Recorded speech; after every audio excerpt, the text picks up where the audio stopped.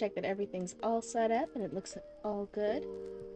I have something embarrassing to admit as soon as we're good and going. We're gonna start off this thing with a funny, embarrassing confession by Cryptid. Oh no. So, I started the stream like, what, 2 minutes late? 3 minutes late? I actually, to me, started it on time. I forgot to hit start streaming. So I was just talking to nobody. I was talking to nothing. I was talking to air. Oh no. So yeah, that's what happened and with Cryptid over here. That shows how well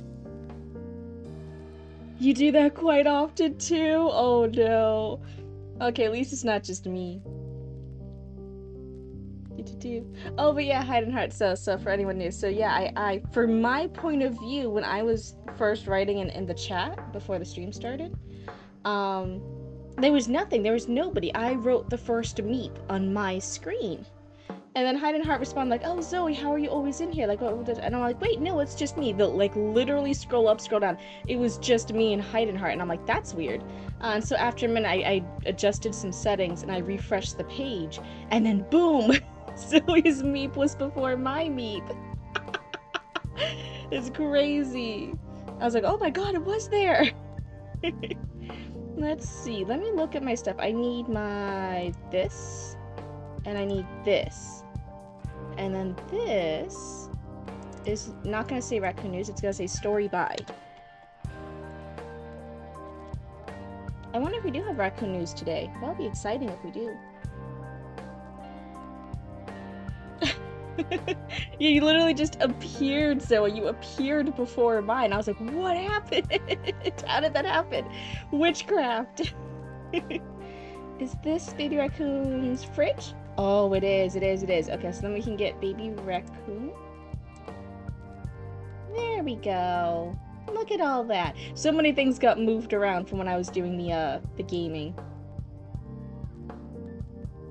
You're taking a break from going crazy over game dev to watch this? Aw, it's good. It's good to take a break.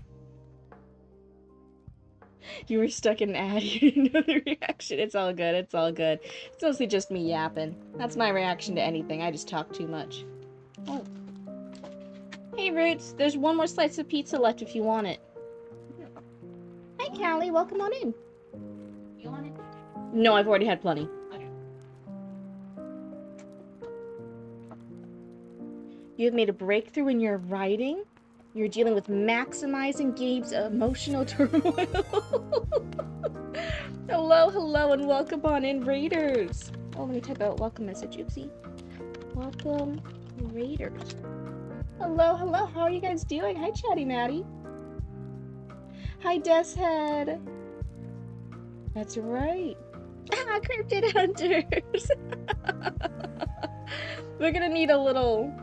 What do you think if I changed, like, the raid alert to Cryptid Hunters? So that way it just scares Archie more. Hi, Chatty Maddie. Yeah, it's my favorite chatterbox. Zoe, you came with the raid. Wow. Hi, what? It's good to see you. You recorded a bunch of devlogs? You gotta put them in the Discord later because they're so funny. Ooh. So today, I think I'm low in electrohydrate. So for the next few hydrate or dihydrates, it's actually gonna be Gatorade Zero. Here's your sippy. Let's see. Hi, Ghost Rider. Let's see. You removed the chess key. I know you were mentioning that last time. Oh, poor Aaron, once again left behind. Oh no. 45 stream streak? What? That's crazy. Oh my goodness, thank you for hanging around with us for that long. Let's see. Alrighty. So, let me pull up the Discord real quick. Who was I saying before? Oh, thank you. Thank you, Hide and Heart, for writing in Discord that I'm streaming now. I forgot to type it in. I get so distracted. Chatty Maddie, you missed it. I had been talking to nobody because I forgot to press the start streaming button. So I'd actually been talking for a few minutes without streaming. I was just talking to nothing. Oh, so embarrassing. Cryptid silly. You just ghost all those, right? That's funny. Sanctifying Eli? Let's see. I don't believe I've seen either in chat so far. We can wait another minute. We can yap for a minute, but after that, let me see who is third. Responses, individual, sanctify, Eli, and then superstar, Sean Arnold. That one.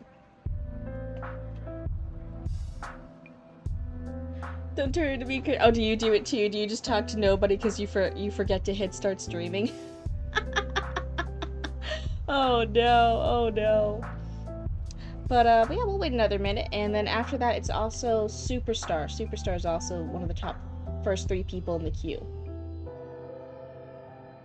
Okay, let's be honest. You need an exorcist at this point. What do I need an exorcist for? What's the exorcist for? Oh, a 60 stream streak. Holy moly! I can't believe. Thank you so much for hanging around that long. Kick him out. Papa Cryptid, whenever I mention all the raccoons followers, he's always like, "Oh, you need like an exterminator or something." I'm like, "No, I can't do that to my raccoons. No."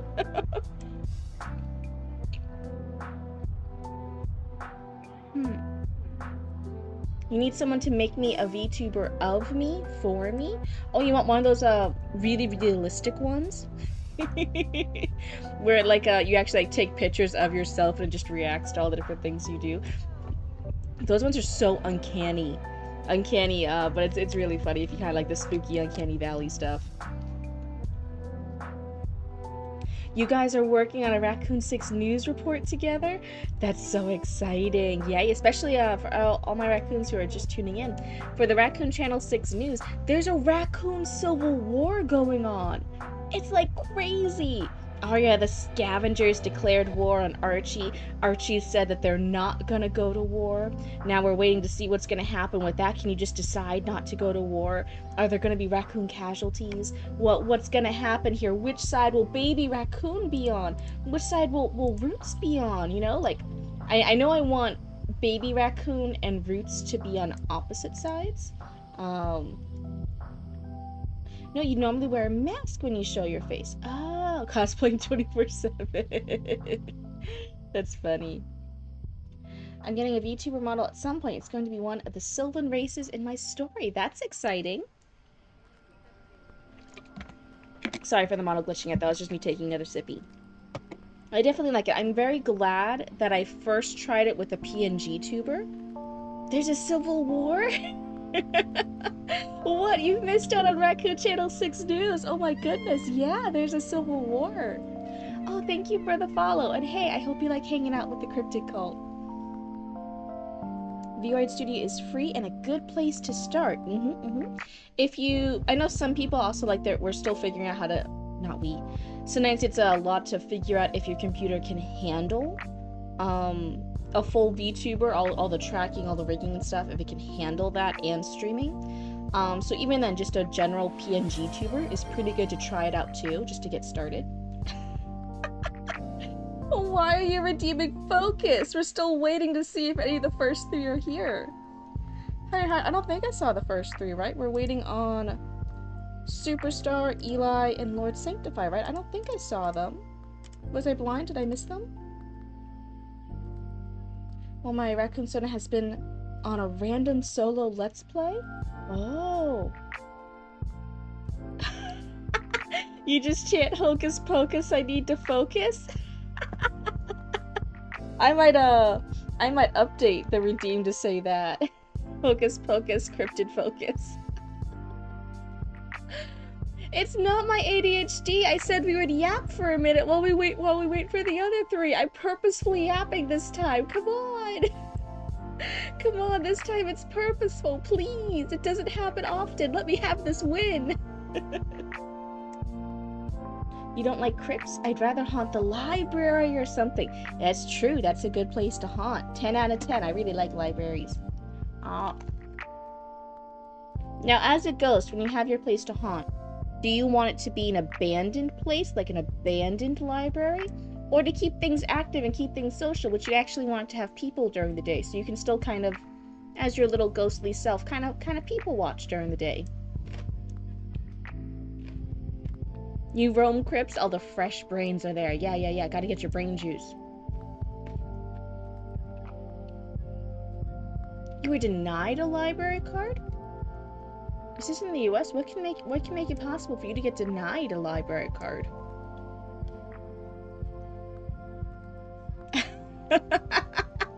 Stop calling me out. Listen, when they were all perfectly arranged and all the covers match and all the books are the exact same height and they like all match like uniformly and it fits that bookcase exactly. There's not any extra space and none of the series are cut off. When it's perfect like that, when it's made to be perfect, that's sexy as fuck. Not gonna lie, those are some sexy ass books in that library. Oh my goodness. You got a Letterman jacket? That's cool. That's neat.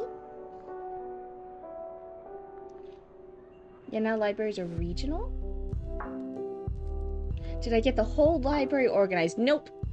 Eventually I got too tired, so I'm like, oh, I'm not focusing as well. Let me log off for a bit. I'd like to hunt an abandoned place. Oh. Auntie Cryptid. Yeah. I found a whole section of sexy library books on pineapple pizza recipes. Those sound like the perfect and right books for you, baby raccoon. I'm so glad you found something that you're interested in and excited about. That sounds really awesome. There's books for everybody. Oh, look at all those book emojis. Those look cute. I'd like to hunt an abandoned place. Large crowds are not my thing. Yeah. See, that's why you had to... Oh. Good to specify.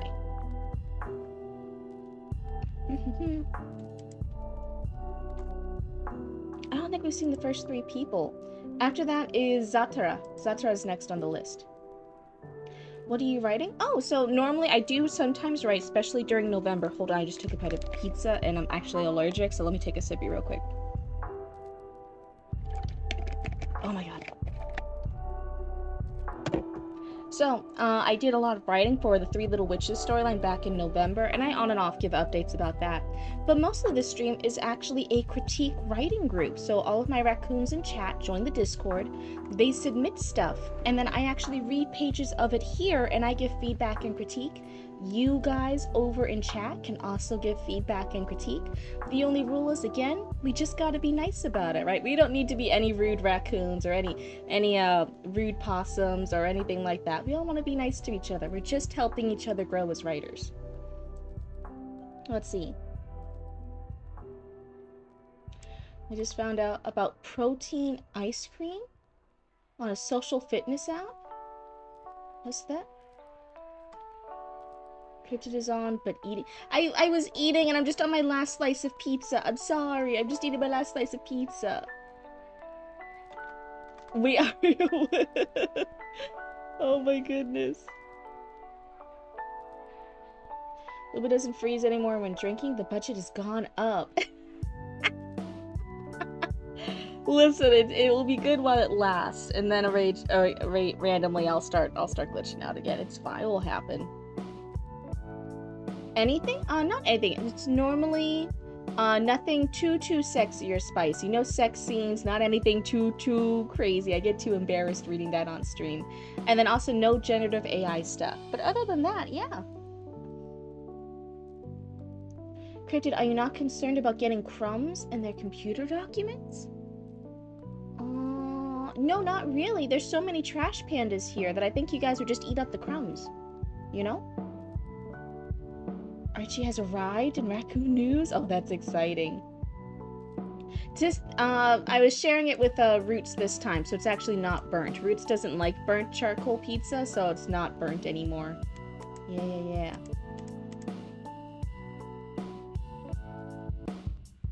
My book will never make it on stream. Was it spicy? Oh no. I always say people, if it's a spicy book, you just can't submit the spicy scenes. That's all. Please remind me to black out chapter 8. So like if like the sexing doesn't start till chapter 3 or something, you can still like submit the first 2 chapters. That's fine. Actually, had so much aura entering the scene like that. Oh, now I'm really excited for Raccoon News later. That's exciting. But also keeping up with the stuff. I don't think I've seen Zatara either. I don't. So Zatara Superstar, Eli and Lord Sanctify. Let's see who's after that. After that is Nova. Nova. If Nova's in chat, please let me know. Let's see. Your book will have sections blacked out. Yep. And then you've even reached out to me privately, like, hey, how do you feel about this scene? It has this and this. Do you think that will be okay? And I'll be like, oh, let me double check it first just to make sure, right? That's totally fine too. I've had other raccoons do that too. Like, hey, I know you said this. Is this qualify? Like, what's the line over here? And I'll just like read their stuff really quick before stream, and I'll be like, oh yeah, it's good, or oh yeah, let's black that out real quick. Our wonderful declassified stories. I felt so silly too. I haven't read yours yet, or the section you're telling me about Hide and Heart. I still need to do that to see if it's good. But yeah, it's supposed to be a kiss scene, and I'm like, kiss scene is fine. That's not too sexy. And then Hide and Heart was like, no, it's like it's like a very, very in-depth like kiss scene. It gets a lot, and I was like, ooh. And I started kicking my feet like a little fair girl. I was like, oh, I'm so excited.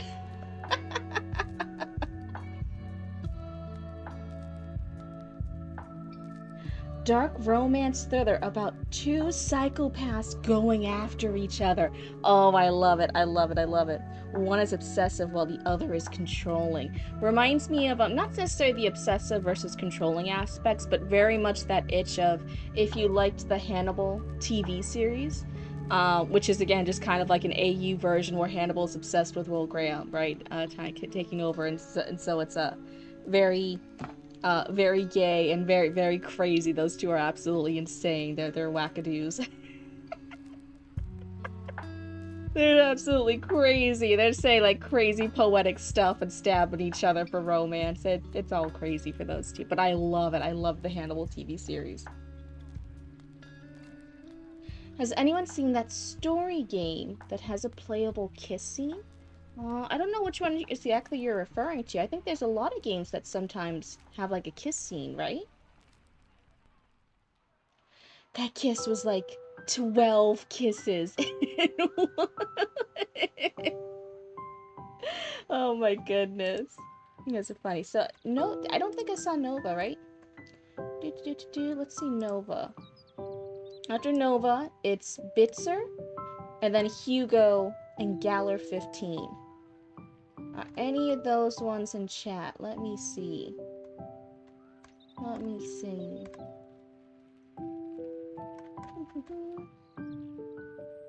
I thought I saw Bitzer, but I also maybe I'm like blacking out. Maybe there's too many Oh, okay, Bitzer's here. Hi Bitzer, would you like to go first? Oh. No. Do you have the time?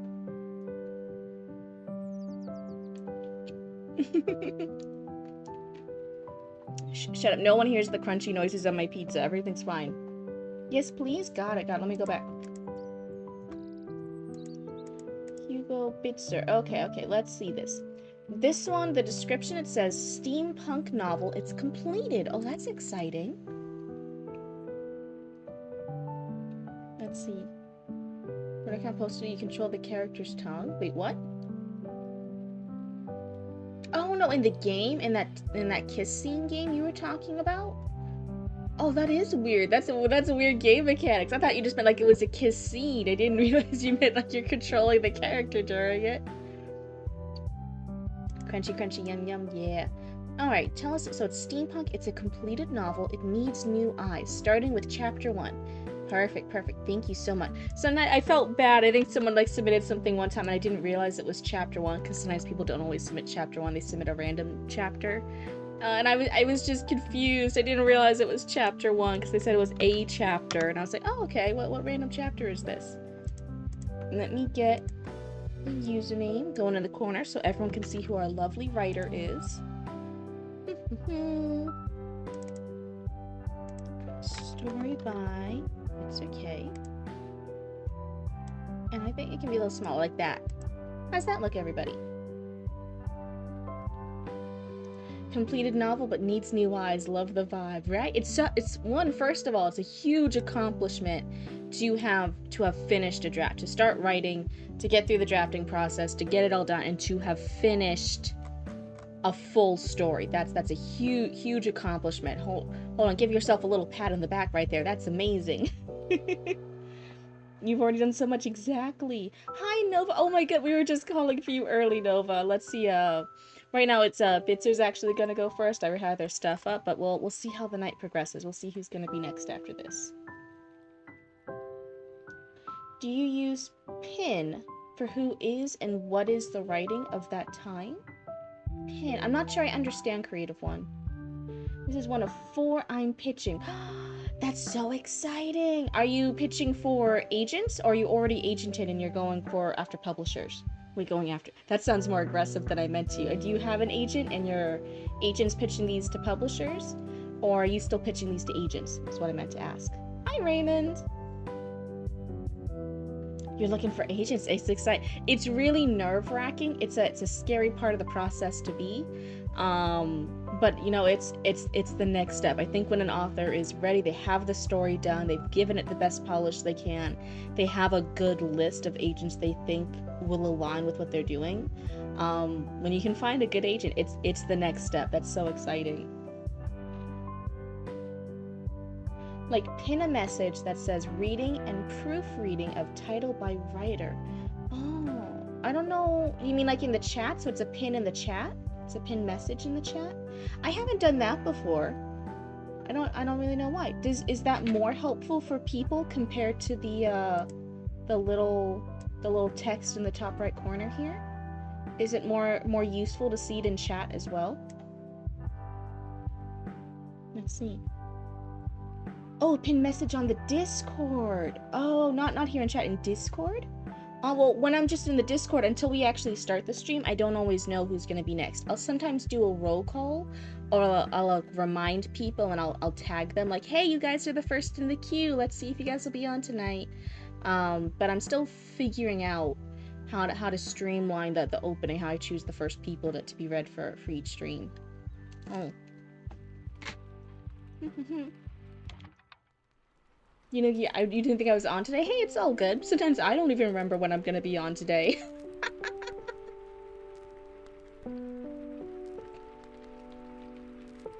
Oh, you were just asking to clarify? Yeah, I don't know either. There's so many cool things with Discord and Twitch and chats and stuff, but I'm so new to all of them, I hardly even know all the cool things that I'm, like, capable of doing.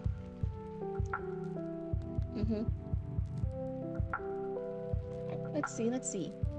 That's right. I was pushing Heidenheart. I was like asking them. We were messaging each other a little bit, and I was like, hey, are you looking for the agent? Are you in the querying stage yet? You looking for your agent? And at first Heidenheart was like, no. And I'm like, what do you mean? You're at the stage where you should be looking at agents and stuff. We can keep nitpicking and going over and making all these little suggestions, but you're already going to be doing editing rounds when you get an agent, when that agent pitches it to publishers and you get picked up, then it's multiple rounds of edits, right? So I'm like, no, you're already at the stage. You should be looking for an agent. What's going on here?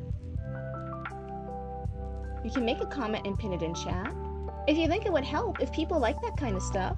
Yeah, sure. Hey, hi, Zadra. Are you looking for your agent? No, are you looking for your agent? Was I rushing my words too fast? My bad. I didn't mean to make it sound like that. I meant your agent. You're querying for an agent.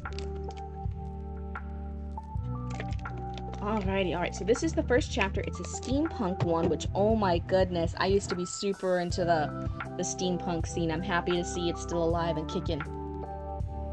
Uh-oh, canceled. Oh no. Anonymous neon cat. Meow meow.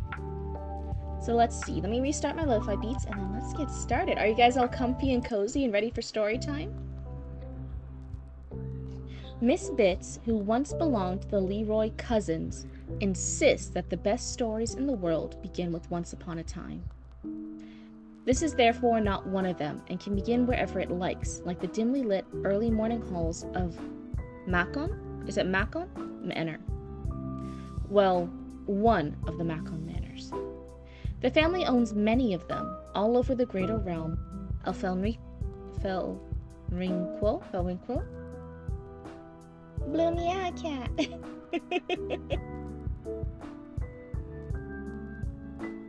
Just vacuumed the place after a long day of adulting. Oh, but a freshly vacuumed place feels so nice. A French C is pronounced like an S. So this is the Maçon Manor. Is that how it's supposed to be like? Oh, Maçon. Got it. Unless anyone corrects me more, that's how I'm gonna try. Felrinquo. This is one of the summer manors owned by Honor Maçon. Even when well lit, the shadows there creep and crawl as if they don't want to be present. All right, so one, because this is serious, right? You're looking for an agent. We gotta be serious business critiques over this. So let's stop right here before we get too far along. Let's look at the first opening paragraph here of chapter 1. One of the things I'll note. This one's shorter. That's good. That breaks it up a bit. Yeah, okay. I was kind of noticing, like, it seems like a lot of it is the samesies for how long the sentences run. So besides for the one little pause here, right, one little stronger, shorter sentence here, a lot of them were kind of the same length, and it made it a little hard to get into the rhythm of reading it smoothly. Ready for serious business. You'll get the fries. Yeah. You're quite the trendsetter, it looks like. Everyone wants to do a French story now, right? See, there you go. See, it's pretty cool. It's pretty cool to be a trendsetter. So I will notice, like, maybe this one here breaks it up a smidgen, but I think even looking back and this is just doing a minor little line edit, kind of breaking up the length of different sentences will make it flow a bit better. If you want an exact example of which one I think should be broken to a little bit shorter, I'm wondering if it's this one. This first opening sentence, I wonder if this one should be a smidge shorter. That way it's a stronger impact. That first line really grabs you. Because I like the character, and I like the vibe it gives, but it is a little bit longer. Hi, Documancer. So I'm wondering if we could start with Miss Bits insists that the best stories in the world begin with once upon a time. And then go on from there. And that's a suggestion. That's not a full critique. Whenever you're having someone go in and, like, is showing exact line and what exact changes to make, always take with a grain of salt, even if they're a pretty blooba on your screen, right? Because, you know, again, I could be wrong. You could be not getting the flavor of what you're trying to go for. It's just suggestions. It's just ideas that you can take or disregard. But that's one of my first things to make this a really, really strong opener for any agent who's gonna be like, yeah, this is the coolest steampunk story ever. Of course I'll represent you, right? Even well lit, the shadows there creep and crawl as if they don't want to be present. All right. I'm gonna move a little to the side here. That way the camera can keep tracking me. The whole belonging thing is there to raise reader eyebrows. Might look at breaking up the second sentence. Okay.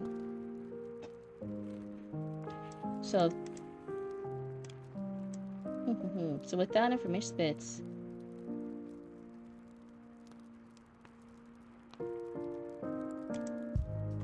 Yeah, I don't know. Maybe just look at it again. See, you could be the second sentence. It could be this. Maybe we could even have the suggestion of Misfits insists that the best stories in the world begin with once upon a time.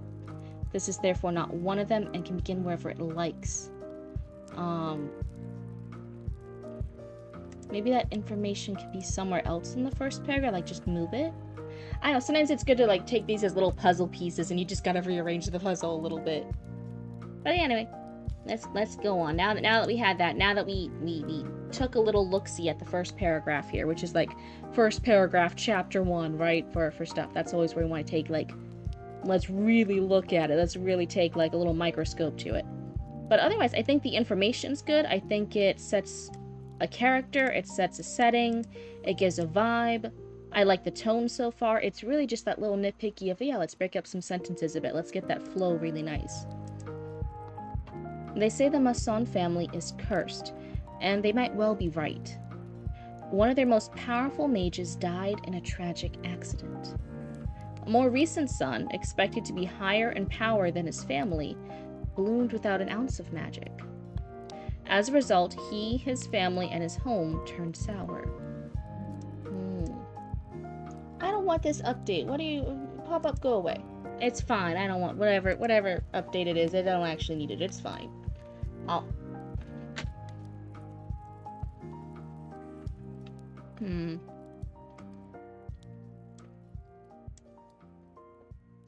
Renee, personal automaton? Is that how you say it? So Gilbert Masson was well aware of this. He saw and heard and learned. He'd been beside his master for 15 years and seen everything his master saw. I like this line. I like he saw and heard and learned. I really like that one. I think that has some nice personality to it.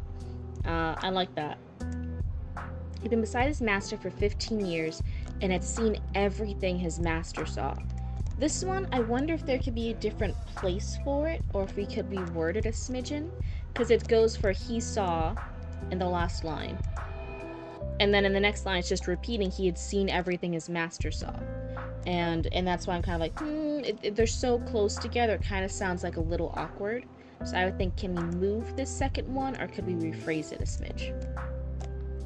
There were better homes and families to belong to than this one, but none wanted the likes of a Masson staining the luck of their home.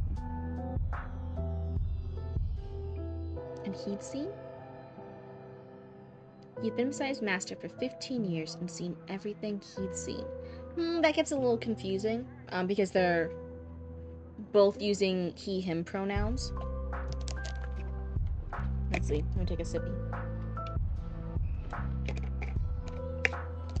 I love pizza so much, but yeah, genuinely, being allergic to garlic, and apparently all pepperoni having garlic seasoning in it, oof, that's a trip. I'm with you in the doc making notes. Yeah, I see. You're actually, look at the screen. Your little notes are right above baby raccoon. So it kind of looks like baby raccoon's leaving the little post-it notes for you. That's so cute. Hope I didn't disturb. You're all good. I know also, like, this is a really serious stage to be on, right? So whatever method it works for you, in order to get all these notes down, in order to see this all, hey, whatever works for you, buddy. The scene is from before. Slinks back. Creative one, you're all good. Thank you for giving other ideas and offering other suggestions. Again, you guys in chat can say things too. I don't always catch everything, and I don't always have the perfect solution for stuff. Baby raccoon's making notes, yeah.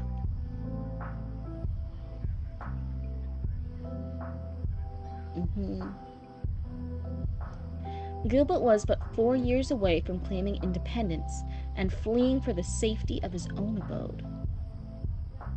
Gilbert Masson, okay. He'd been practicing the blade since he was 3.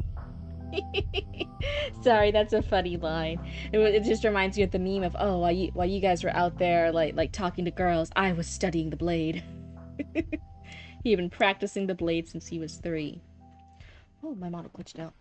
Magecraft since it came to him at 14. And so far, he'd been lucky enough to escape his father's attentions. What do you have in your hands? A knife?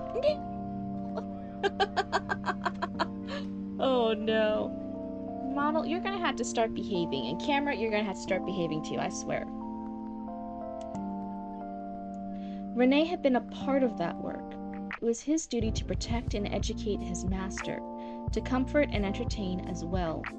He had grown very used to distracting Honor Masson from coming anywhere near Master Gilbert, and continuing the work of making certain that his dearest charge could defend himself, should the master of the house manage to destroy Renee? Destroy? Whoa, okay, that's strong. To that end, he was in the library, gathering tomes for Gilbert to study. He had been slacking on summoning lately. and I yet to master the basic alchemy.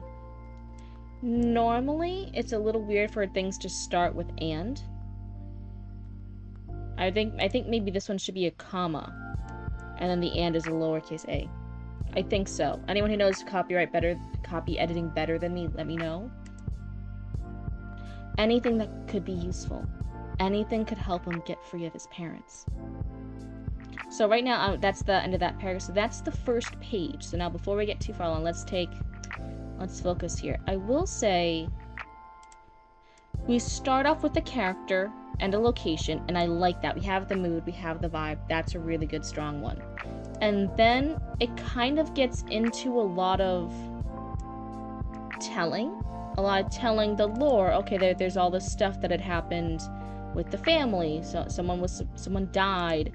The more recent son, expected to be higher than his family, bloomed without an ounce of magic. And then I wasn't sure quite right away if that was Gilbert Masson was that son, but he has magic, so it's not. So it just feels like we kind of get a lot of... Where's the back?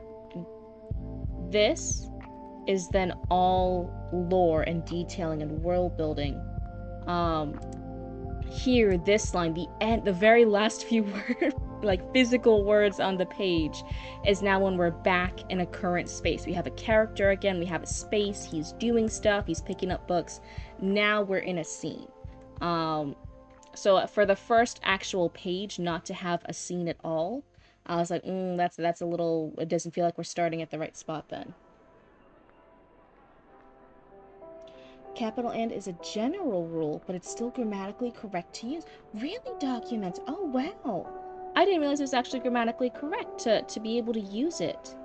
I always was told, like, not to start a sentence with and. You can break it, that rule for like, because, you know, writing is an art. You can break rules for art sometimes. But I was always told not to start a sentence with and. You stand by the independent and forever. Huh. And it started with and. Oh my goodness. How to show was an issue, I confess. Okay. Showing can be tricky. It absolutely can. But yeah, in general, this is all cool information.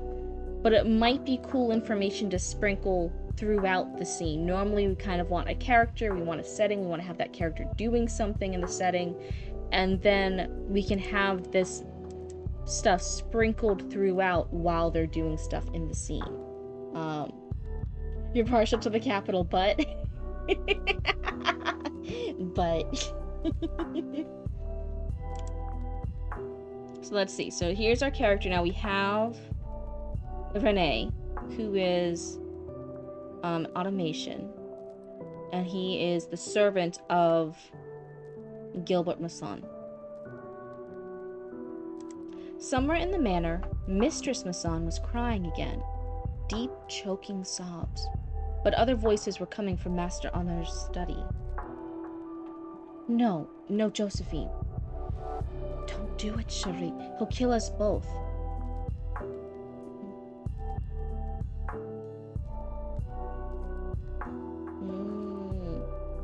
Oh, it's perfectly reasonable to start with, although. That's true. Although we always have such a thoughtful combination of perspectives here. I think if you get into any kind of creative thing and you're like really like 100% absolute about stuff, like, no, it has to be this way and it has to only be the way that I know how it's done and every other way is wrong. It's one, things get boring really, really fast and you don't learn new stuff. And then also it's killing other people's creativity, right? It's killing different methods that other people might want to do it. So yeah, definitely doing writing critiques, like listening and reading other people's writing. You kind of have to have a more flexible mindset. Being willing to be like, oh, I didn't know that before. Oh, that's a new thing to do today. You know what I mean? We will come with receipts of the way we're wrong. Wrong is right? Yes, exactly. I'm so relieved that people are so open and supportive. That was definitely the vibe I wanted to have for this community, right? Like people who are too too caught up in being like perfect or better than you, that's not helpful. I don't want that vibe here. I don't want that kind of community here. I definitely like the community that we've been building. Okay, so I do like this, that we're in this scene that he's picking up these books. We're like, okay, this explains stuff, and then we have this thing of it's not just crying, it's the deep choking sobs. I like that instantly kind of like grabs the reader's attention. It makes my little, hold on, I'll show it. It makes my little hair thingy go whoop. Like, ooh, that's interesting.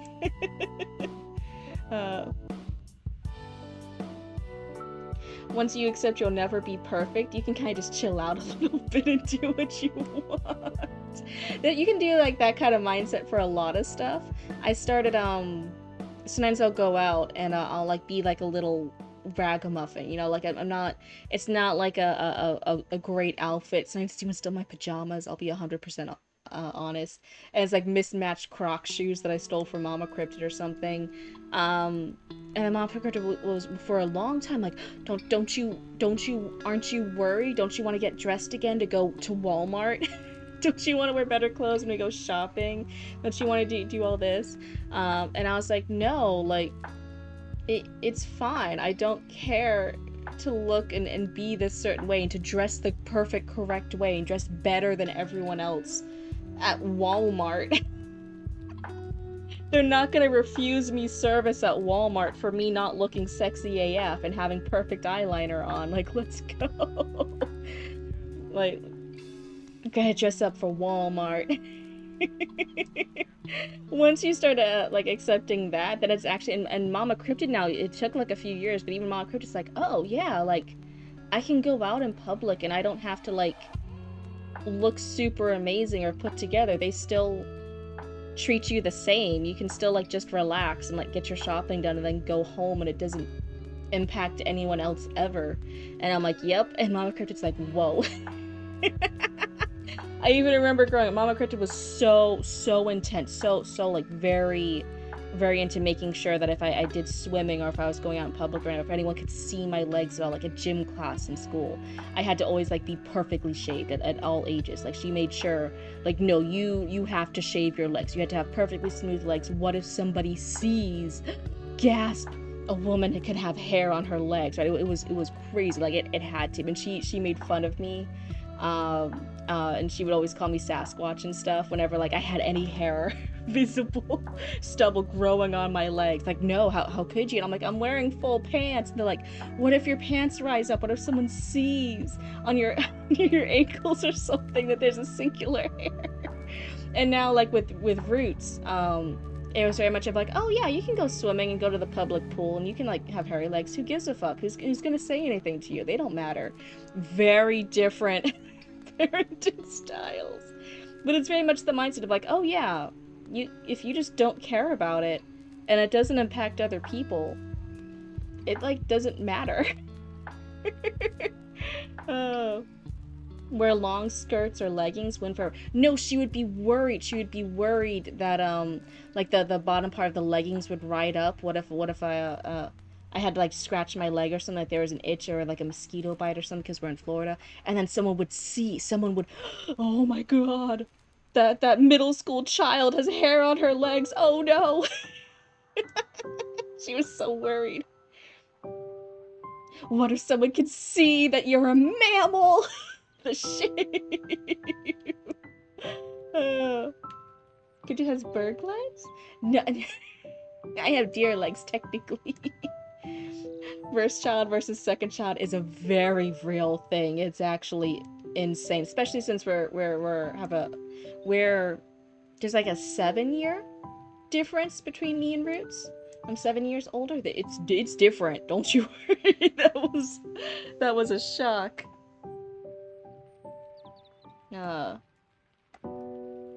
My dad almost had a fit when I used to live with him and Mom because I wanted to go out to the gym in worn clothes, not new. He blocked my way to the door and was adamant that I needed to dress better. To sweat? Yeah, that was kind of the vibe with me growing up too. Like, what do you mean?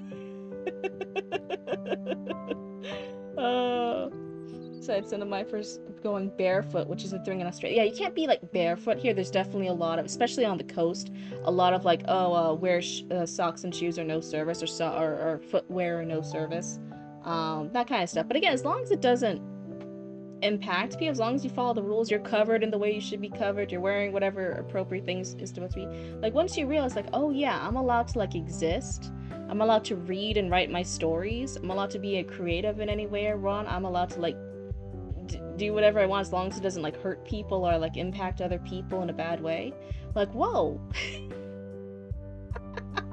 It's so relieving. You can kind of do whatever you want. Oh, my husband is 8 years older than me.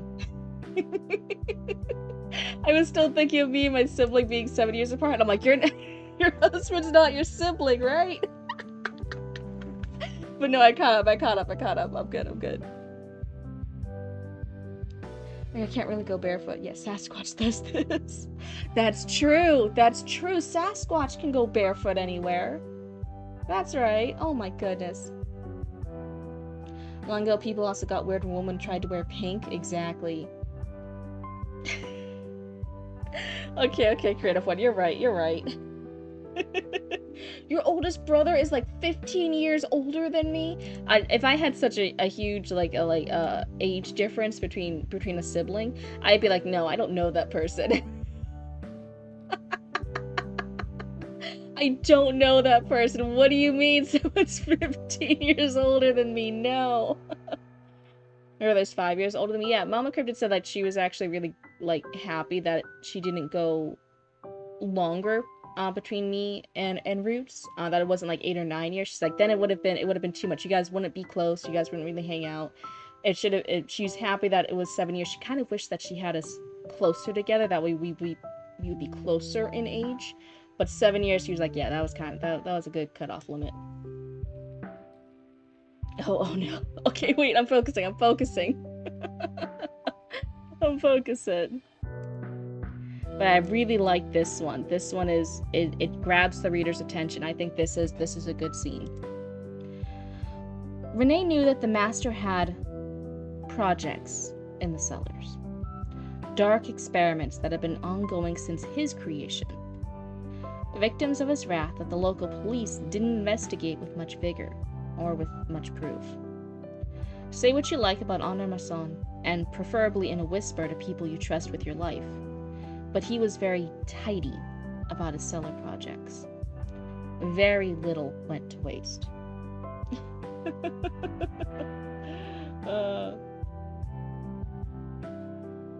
My husband is the second oldest of 11? Her husband has 10 other siblings? No. At that point, my ADHD would be so bad, I would genuinely not know the names of, like, half my siblings. I'd be like, nope, I'm only remembering the names of, like, my 3 favorite siblings and then my 2 most hated siblings. Everyone else is mediocre, I don't need to remember you.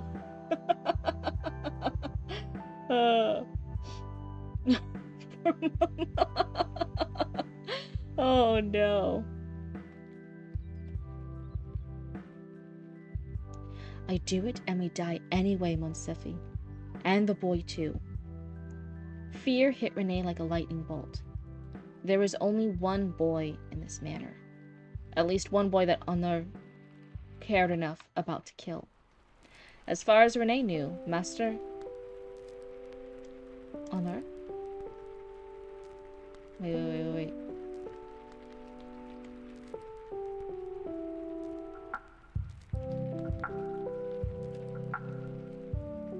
By Honor Mason. Is Honor his first name? I thought it was a title. So I thought it was like Mr. Mason. But is it Master? Is Honor his first name? Oh. I thought it was like Honor, like he was an honored person of society, like he had a title that was Honor. Oh no. I was so confused. I'm like, why is it Master Honor over here? That's like Mr. Mister. Okay, no, so his first name was Honor. Master Honor neither knew nor cared about the existence of kitchen boys and the like in the lower sections of his household staff. He knew better than to make a noise or run from the scene. That sort of thing would raise an alarm. What Rene needed right at this instant was silence. Therefore, he padded as quietly as possible out of the library and into the greater halls of Manor Maison. Only once he was certain that he was out of earshot did he dare increase his pace. Automatons were not light creations, and a running automaton.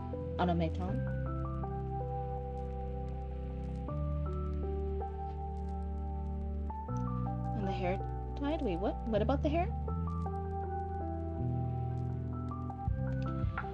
Was never a quiet thing. Even his best efforts at stealth combined with speed came with a modicum of clanking.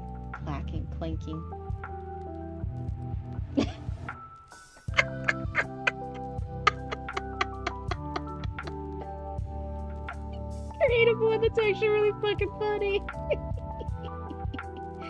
Yeah, the hateful sister. Hey there, honor, Mr. Do. Oh no. Phenomenon? Automaton? It's so hard. The dyslexia makes it so when I see the word, it makes it harder to say it. Help me, I'm playing Ultra Kill, and Gabriel is ultra cooking me. Get out of the kitchen. There you go. He can't cook you if you're not in the kitchen. Oh, the dyslexia has become my final boss. It's man. I had to I'm gonna say close enough.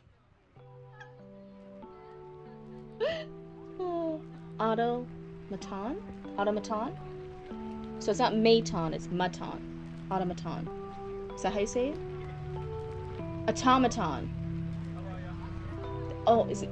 That sounds right. Automaton. Automaton sounds right. Everyone in chat just getting tired of me saying it wrong. Automaton. 10 out of 10. I use that word in my own story. Listen, it's so easy to read. It's so hard to talk. It's so easy to read. It's so easy just to read things. I'm a speed reader. Can you guys imagine that? I actually speed through books super fast. It's a problem. Wasn't gonna say anything embarrassing. No, it's good. It's good that you guys point things out. Otherwise, I'll just keep saying it wrong for the whole thing. That just ruins everyone's eardrums. That's not fun.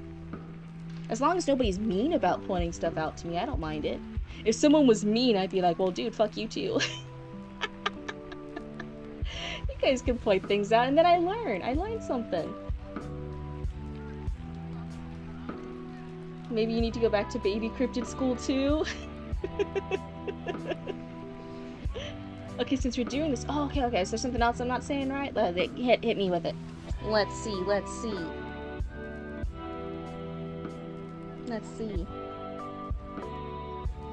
Honor is honoré?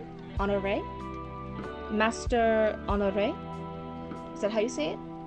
Honoré. It's French. Sometimes they don't always say the last little bit. It's like a half pronunciation for it. So it's like honoré. Sometimes they do pronounce the very ending. Sometimes they don't. Like sometimes the last little bit's like a little breath. They like don't fully pronounce it. Gilbert is Gilbert. Gilbert? Let's be honest, every time you see one of the gods' names, you go F you Maddie. If I have to say it, absolutely. Again, just reading things. When you're reading, you get used to how the word looks, and so you don't really ever think about it. Like, you just keep going. It's totally normal. When you had to, like, read it aloud to chat, it's suddenly like, oh shit, yeah, how does this word actually sound in the physical realm? How does someone pronounce this? I never actually heard anyone say this word aloud, so I don't know how to say it. So Gilbert, honoré.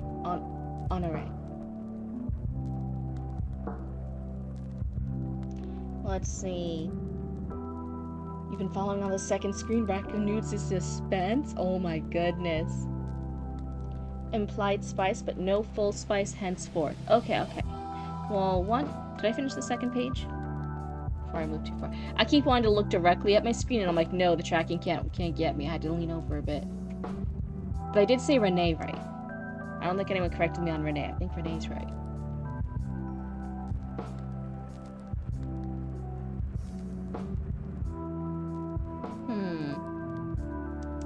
Yeah, okay, we're starting the next page. So this is the second page. And I do like this. So we have the scene. We have a scene that we're in that the, fuck, I forget his name already. Renee's listening in. He's hearing all this different stuff. That's intriguing. That's where we're, like, in a scene. Yeah, you got Renee, and I have a cat between me and my TV. Oh, no. So I like this scene. We got a little bit into, okay, we have some descriptions, we have some lore. It's not too bad. It is a full paragraph. And again, I normally would recommend like a tighter weaving of information here, of being in the scene, revealing a little bit, continuing with something, revealing a little bit more. I normally suggest a tighter weave between the background world building stuff and then what a character is doing. But you know, just a little paragraph. It's not too bad. I normally wouldn't point that out, except again, the first page is a lot of that world building background lore stuff. We then continue the scene, which is good, right? So we have the scene, little background lore paragraph. We're continuing the scene for a line.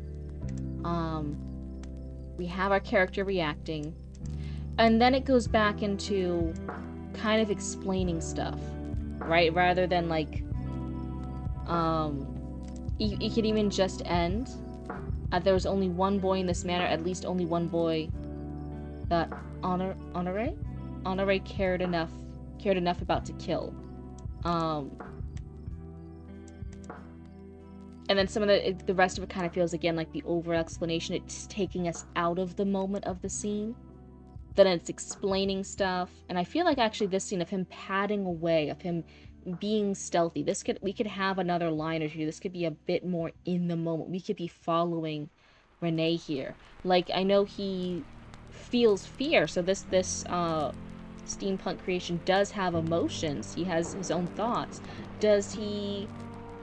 Sometimes with created beings, like a robot type being, sometimes they're not a full robot. Sometimes they still have like a robotic-like heart. So I'm even like, does he have a heartbeat? Does he have a mechanical heart?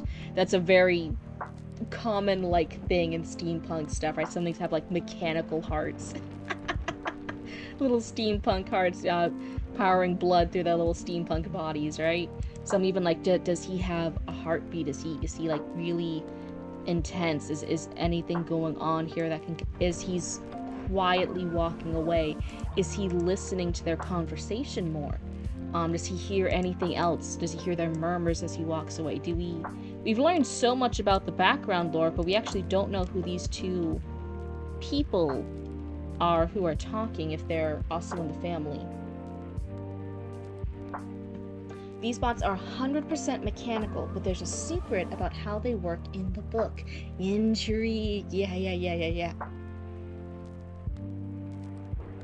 Let's see. R's not perfect to English how it sounds, but it's not easy to explain either. Oh. So something about how I'm saying it with an R sounds off. Let's see. So there's the clinking, which is what woke his master before dawn's light began to color the sky. Gilbert found him hurrying to pack clothing and supplies into a knapsack, and rushing to gather what legal weapons they could carry through the nearby towns. This one's a bit run-on. That's a run-on sentence. Gilbert was a vision of rumpled beauty, still stretching his arms and scratching the dust from his eyes. Is it a different thing? Do you guys call it dust from your eyes when you have sleep in your eyes? When you have like the crusties in your eyes? Do other people call it dust? Is that a thing? I haven't heard it described. I call it sand. I've heard it called sand too. Yeah.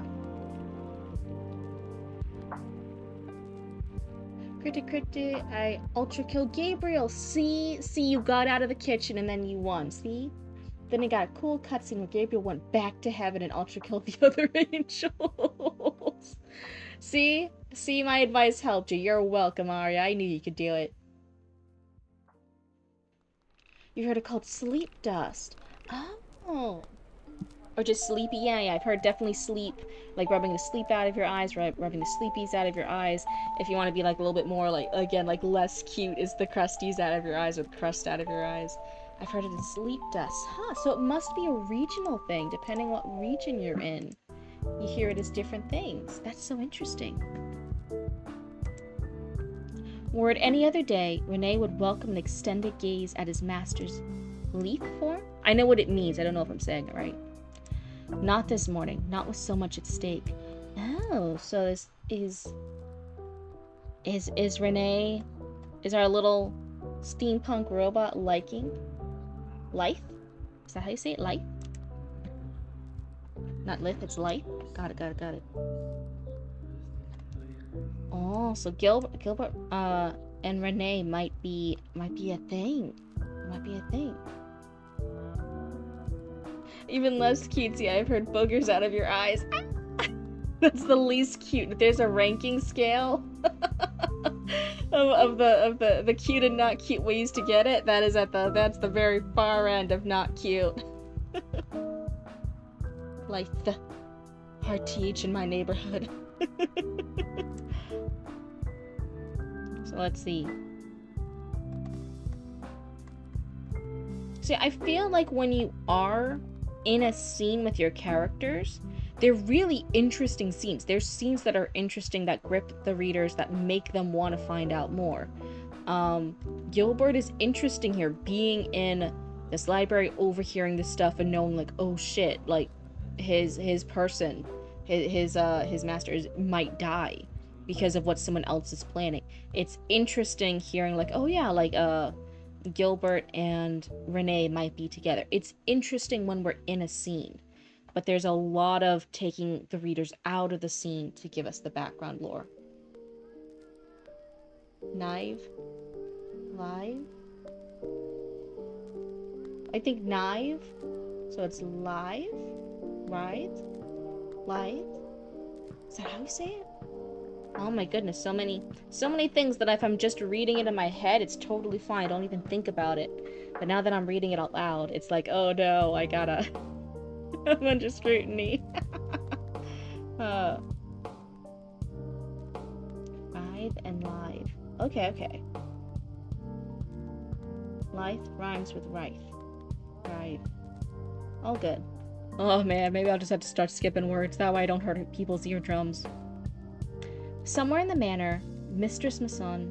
Oh wait, wrong page. Sorry. Not with so much at stake. What's going on? Gilbert slurred. It's not even dawn. This is cruel even for you. Well, since his master wished him to be a harsh tutor. In Germain, please. Gilbert yawned wide enough to crack his jaw. So you guys can't expect shit from me. I can't even pronounce jaw right 100% of the time. The enter key on your numpad is fixed? Oh no, was it broken before? That's so hard to deal with. I hate when like little buttons on my keyboard aren't working right. Scythe, like what the Grim Reaper uses? Oh, is that also what it rhymes with? Scythe and life? Is that how it sounds? Oh man, it does not sound how like I thought it did in my head. You're missing keys? You're just missing the full keys? Documents or no? Oh. So he cracked his jaw. Ugh. What is the happenstance here in this hour? Your grammar is atrocious.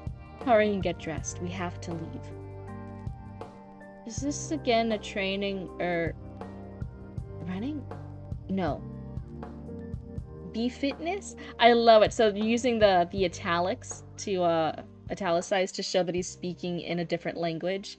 but it's still not grammatically correct. It sounds awkward and clunky. I actually really like this. It's a really nice, natural way of showing this here. Exercise, droned Renee. It's easy for you. You can just get it fed into your cogs with punch cards. Another yawn and stretch that would make the average artist bite their brushes in desire to render that finely sculpted muscle. Why are you doing this? How old is... What's my song? I'm claiming independence.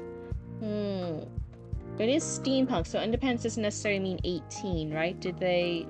What age is independence does he get? When I pressed down, then it popped off and has a spring bar on it, so I had to line it up. Mechanical keyboard issues. Oh, spilt on it, then it got stiff from being overused, and then it broke off. No! He's 17. Okay. Of ages 21. Okay, good. I wonder if there's a more natural way to fill that in somewhere? Because I was over here thinking he was a younger teen, but okay, no, like 17, that's an older teen. That's fine. Your life is in danger. Make sure you go to the privy and pack your toothbrush. We're leaving via the kitchens as soon as possible. And I mean hurry. No reading in there. Thought you wanted me expanding my knowledge. Renee sighed. While I have no objection to seeing you running around in your drawers, the majority of Traderport will get upset. Upset people will gather notice. Not the sort of thing we want if we're traveling incognito. Lustful machine, grumbled Gilbert as he emptied his bladder. How much danger? Your father is going to kill you. There was a pause. Good thing I was sitting. I was already sitting. How long do we have? You have 10 minutes. Make it 5.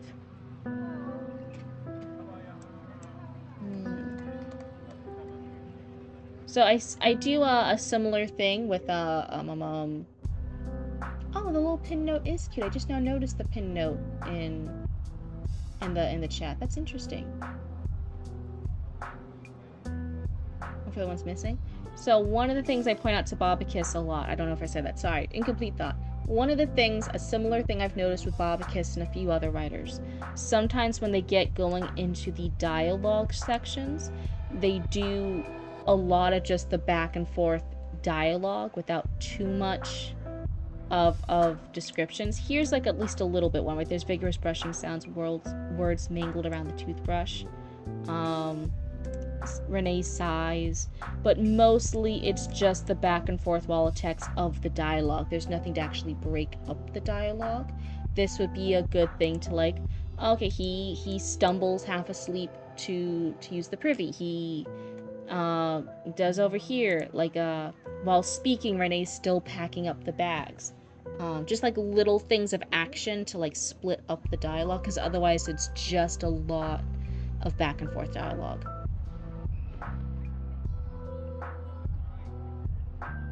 A bit of body language can. Yes, that was the exact opposite of what you said. Oh, that's so funny.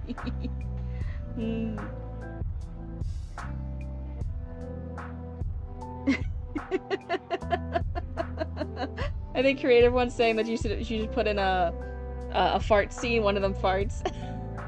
Don't listen to us.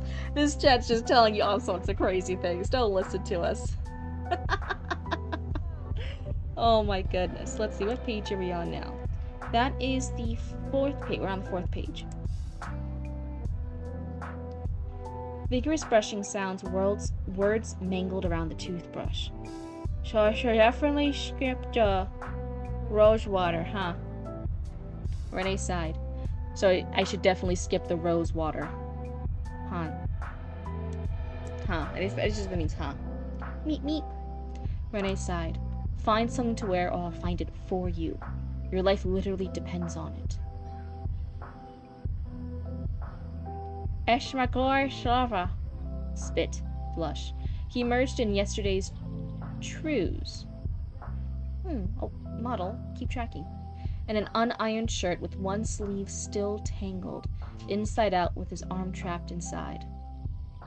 I trust, oof, that less expensive, damn it, clothing is in, what? Order? This doesn't feel very natural to me. This doesn't, with the parentheses in the dialogue. Maybe they could be the little lines, the little hold on. Is it hyphens? Like this guy right here, when it's just the little line. I'm forgetting words. Listen. Choose his trousers. M dashes, there we go. There we go. I trust, yeah, that looks more natural to my eyeballs. That looks right. So yeah, I would suggest maybe trying and see if you like it, replacing the parentheses with the M dashes. Thank you so much for, who said M dashes? Documancer. Thank you, Documancer, for having a brain cell when my blue brain did not. Isn't that just a regular dash? Hyphenated and shortened? Oh, see, Documancer's so smart. My babies, M dashes are babies.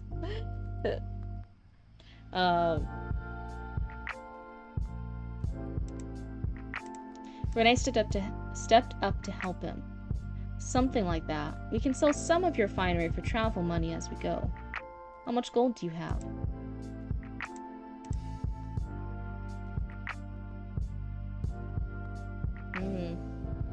It's one of the few things I'm smart in. Well, I think you guys are plenty smart in lots of things. You guys are smart in lots of things I'm not smart in, let me tell you. Yeah, this would be another great scene to have a little line or two describing what all the oof and the damn it and the what is. Like he's tripping over one of his socks while he's like hopping on one foot while trying to place a sock on the other foot. He's tripping, putting on his pants. He got his head stuck, putting on a shirt backwards, stuff like that. Like a little line or two here to describe what all the damn it's and the oofs were. How much gold do you have? 50 crowns in coin and another 200 in banking notes. Bring them all, and any jewelry you have. Hurry up. Have you saved this morning? I saved last night. Ooh, what does save mean? Ooh, that's interesting. I don't know how to write an M dash in docs. Ooh. Maybe you don't know how to write it in the Google Docs. If you go here, there's this. And then, oh wait, I'm underlining it. Wait, hold on. Let me go to a place that doesn't have it. There's this one, and then if you hit the shift key, then it's that. Oh no! That's the underline. Wait. Oh, do I not know how to do it either? Oh, this is interesting. Oh, this is interesting. It autocorrects in Google Docs. Some smarter editor programs. Ew. And then space. So then if I do this.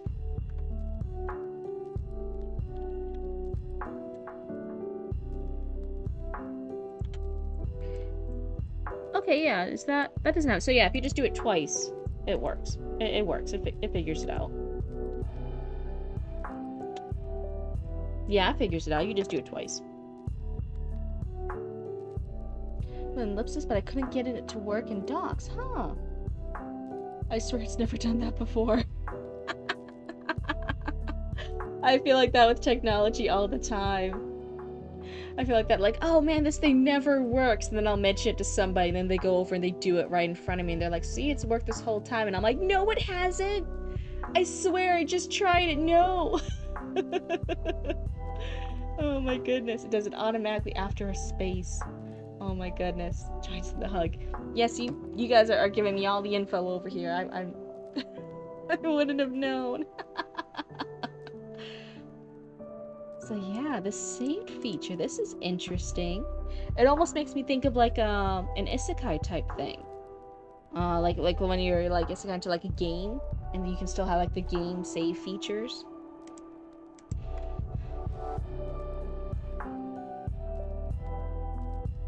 Life in danger? Your every instant is precious. Do a running save, like you said you practiced. Okay, so that is starting page 5. And I don't want to stay too long over here. I just wanted to do a critique on the first opening pages. But yeah, I feel like... One... No, hold on, let me organize my notes. Hold on. I'm doing a lot of things off the cuff here. Let me organize my notes in my head real quick. I'm gonna close my eyes, and when I open it, I'll say smart things. Oh my goodness. Joins in the hug, piles on top. Oh no. Our poor coyote guard, hide at heart. You guys are piled on too much on our resident coyote. They can't breathe anymore. How it works. We all learn stuff the hard way sometimes, don't we? And then we make it easier for everybody else. Thank you, Documancer, for sharing your wisdom and making it so we don't have to tear out our hair and cry. Quick, now get away with the jewels! So 1, I think I'm gonna keep my earlier comments. Sometimes as I go through, I might change an earlier critique, like, oh, I think this on the first page, but by page 5, I'm like, yeah, I'll disregard what I said, I think it works. I think I'm gonna keep my earlier thing of the layout, the balance of the background information, the lore, the world building, and then us being in a particular scene with Renee. It's a little bit unbalanced. I think go back, focus a little bit more about starting the scene earlier with Renee, overhearing all this different stuff, being worried, and then going to go get Gilbert and get the fuck out of here. I'm small and can't breathe. Oh my goodness. So I think I'm gonna keep that critique. I think the better balance would pay off a lot. I think that's gonna bring your writing to the next level. 2, I had it when we first started the dialogue. I'm like, oh, it's just kind of the wall of dialogue here. We're not getting a lot of the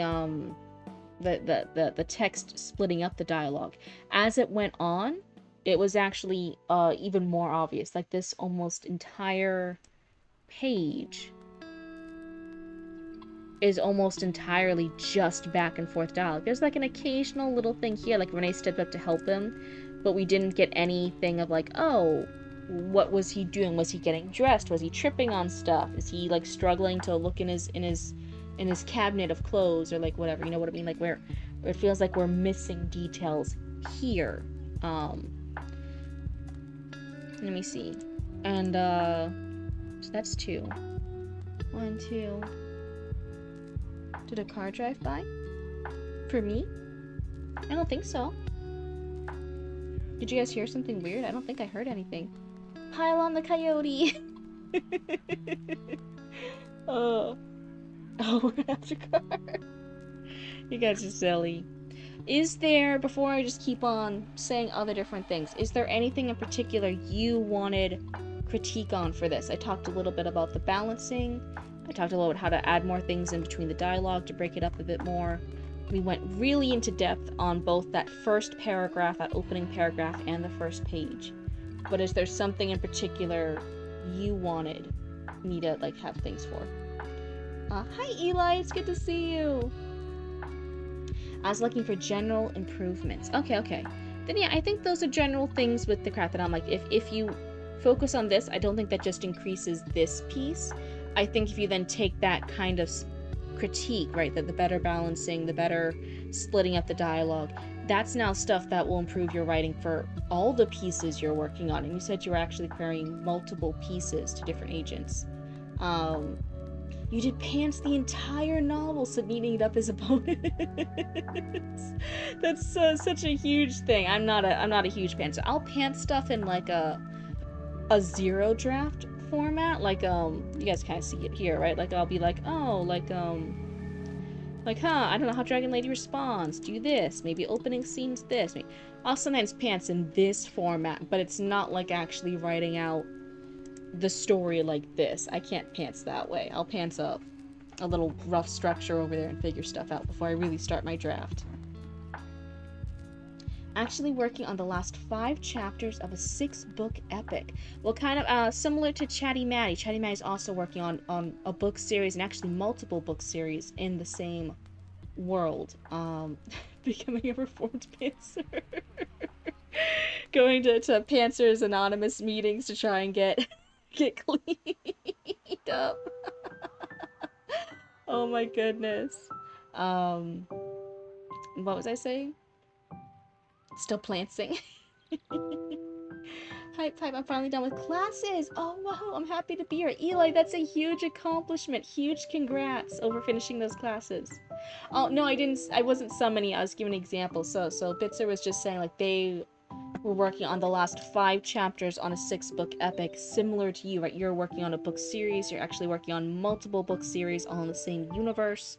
And I'll give the same advice to you that I sometimes mention to Chatty Matty. Sometimes getting an entire book series done isn't always... It's a little bit of it's a rough tactic, because sometimes when you get picked up, you're not necessarily going to get picked up for the whole series. They're normally just try and get picked up for book 1, and you're going to go through all these rounds of edits for the publisher, for the agent, right? For either or. They're both. Sometimes agents will give you a few edits, but you're going to get most of your edits from the publisher, from all the different developmental, the line and copy editors at a publishing house.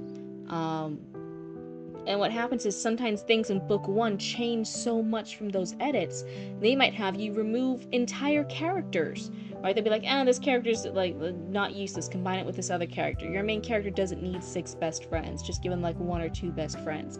You know, you'll get all these edits, and then you'll look over and it has domino effects through everything in the rest of the series. That now you're like, shit, now like this major plot point or this plot twist in book 4 can't happen because of this change, this edit in book 1. Sometimes that's why I get to the main advice, the normal critique, is to like have a rough idea of where you want a book series to go. Sometimes even plot it out if you're more of a plotter than a pantser, but at least have an idea. And really, you just work on like the first book. You get that first book donezo, and then you go through everything with the publishing house, with an agent, with the publishing house. They'll ask you, do you have any ideas for the rest of the book series if it does well enough that you get the deal to finish the series? And you'll be like, yes, and you'll explain all the cool things in your head, and they'll be like, sweet, let's see how well this book sells, and then you do the rest of the book series. If publisher likes it but doesn't want to keep going, and you have 90 plot holes that fill with the 90 extra stories. One, normally they wouldn't do a book that's left with 90 plot holes. They might have different things where like, it kind of ends on a cliffhanger, and oh man, the book ended on a cliffhanger. Agent, do you have any ideas? Me. The inhale of doom. Get ready to hear me talk for like 20 minutes straight without breathing. Unless you're that smart. Even if Callie was asked to be cut, I have her as a key character in book 3. I was struggling with Callie in that first act, man. I was like, ooh. Let's see. Unless you're that smart. What do you mean smart? But it's not really about a smart thing. And thank you for coming to my TED Talk 3 hours later. Oh yeah, but it's a tricky thing. The normal suggestion is have an idea with the book series, have an idea of what you want to go, have an outline if you're a plotter type person, if your brain works that way. But really, just get that first book done. Get that first book with an agent. Get that first book into a publisher's hand, and they agree to do it. Found a very trust me. Yeah, it was just.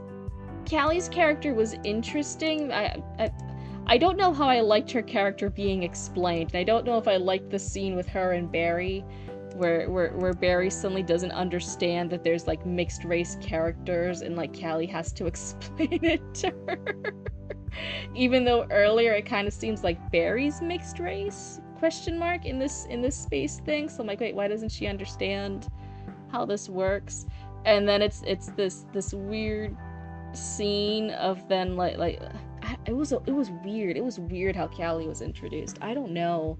Something just didn't sit right with me as a reader. I'm like, this scene feels awkward. I don't like how Callie's like explaining things to Barry. I don't like what Barry's saying to Callie. It just seemed like another random character for to ogle, and then she's not really brought up again for the rest of Act 1. I'm like, that was weird. She has all this background lore with her family and her parents that Barry does know, but Barry doesn't know about mixed race stuff. And I'm like, Barry, what do you know? Your knowledge is so back and forth, Barry. I don't understand.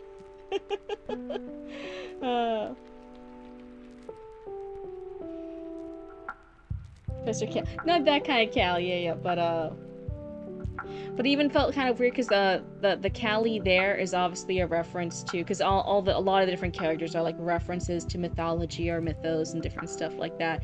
Callie is obviously a reference to Kali, right? A deity type figure.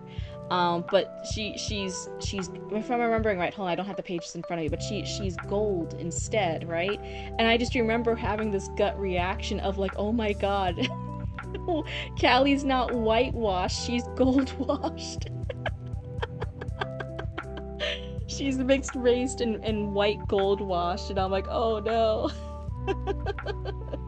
She's named after the Hindu goddess, right? Yeah. So that's why I'm like, oh yeah, like, but I just had this knee-jerk reaction when I first read it. I'm like, oh my god, it's a gold washed Callie.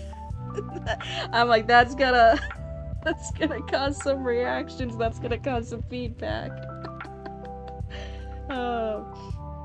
I remember reading that. I was like talking to stuff. I was like, and I remember talking to something, and like I feel like her last name, she's a Hindu goddess, but her last name is a reference to an important figure in a different mythology, right? So it's even like mixing mythologies for Callie. Anyway, I'm sorry, I'm getting sidetracked. I'm so sorry. This is why I normally don't do this. So someone feel free to correct me or use the spray bottle if you want. Sorry, that was Chatty Maddie's book. We're focusing still on Bitzer. I'm so sorry, Bitzer. I got sidetracked. I know someone with ADHD getting sidetracked. It's never happened before.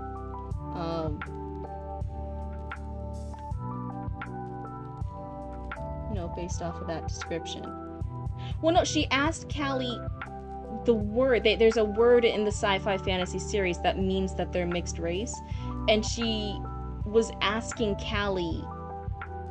I'm trying to remember the scene. Hold on, I have notes. The pages aren't in front of me. She was like asking, and Callie had to like explain like mixed race to her. Oh my goodness.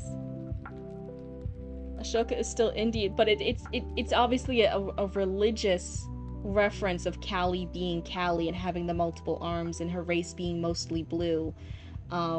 It's definitely a reference to like this particular, not just a region, not just India, but Chatty, but genuinely I'm like, oh, double check everything with Callie. I think you're trying to do it for some like diversity win points, but it's very slippery slope. You can try to do something for diversity win, and it gets a lot of backlash because you didn't handle the diversity win right. I'm telling you, there's gonna be a lot of people up in arms about like Callie, the Hindu goddess whose last name is from a different religion's type figure, and she's gold washed and mixed raced, and I'm like, oh, this is gonna cause some feelings. I send it occasionally battle with attention deficit squirrel. Squirrel. Do not has but do remarkable impersonation. Oh, of ADHD? Congratulations, you're seeing it play out right before you as a blue person on your screen. This is what ADHD looks like, folks. So okay, if I focus, so sorry, we're not talking about China, we're talking about Bitzer case doll. I'm gonna focus. I'm gonna close my eyes and focus. You're saying you want general feedback. I think the little bit I gave you with some of those notes helps not just this piece, but if you apply it to your other pieces too. It's just general good story crafting here that's specifically geared to you. I think that will make the piece be stronger. So that's for your general writing. For this piece in particular, looking at your characters for this piece, everything here that we've seen so far, I will say if we could have some more details. And hello Lucas, welcome on in. Thank you so much for the raid. Hopefully Archie's not hiding away again. Hopefully they're still in the studio. Poor Archie. I hope they're not scared of cryptid hunters. A little bit more descriptions, like I still don't know too much about these characters who were talking that Renee was listening into. I know one of them is Josephine. But I actually don't know if both of them are women characters, if they're part of the household, are they two servants and members of staff? I don't quite know who they are, and that's not like a huge detail thing. That could just be like a general quick mention, like just a quick line of like, oh, he heard the two maids talking in that room behind the door. He heard the I don't know if this is still Mistress Maison, who's crying over here, or if he's hearing her crying from one room, he's here ignoring that, and then these voices were coming from the study, which I think is what it was implying, but I'm not 100% sure. I'm just like 90% sure that's what the scenario is. So it could just be like a quick little reference who these characters are. And then Gilbert and Renee. The way they talk, it's slightly different. But I think they could have slightly stronger personalities that comes through in their dialogue a bit more. A lot of their lines are generic enough that either one of them could say it. It doesn't have a lot of personality in it.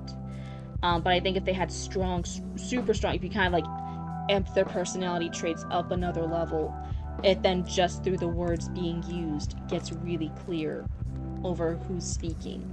Like Gilbert using the other language but being grammatically incorrect.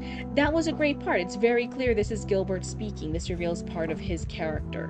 But then as it gets later on to mostly this page where it's just dialogue, it gets... They sound a little similar. They sound a little both samesies.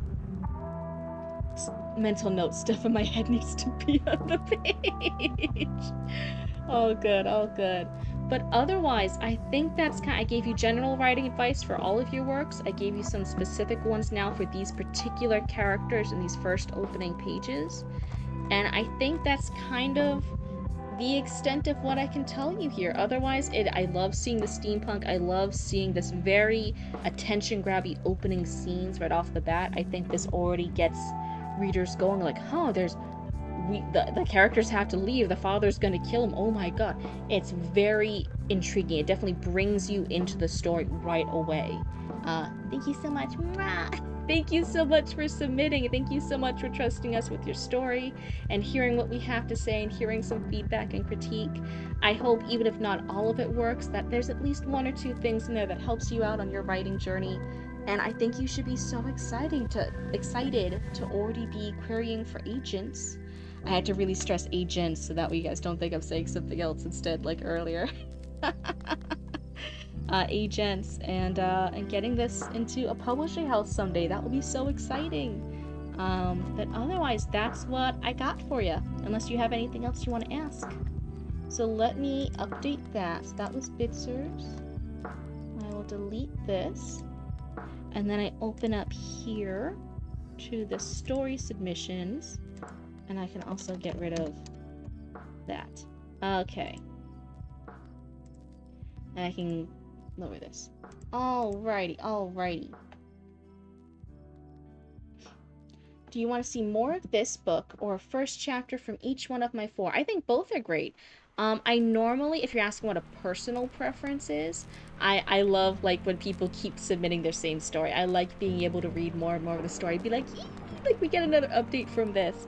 One of the things behind the scenes you've actually been talking a lot about. I'm like, oh no, it's so sad that Babakis is taking a break from streaming for a little bit, right? They've backed away from some streams for a little while because of real life stuff.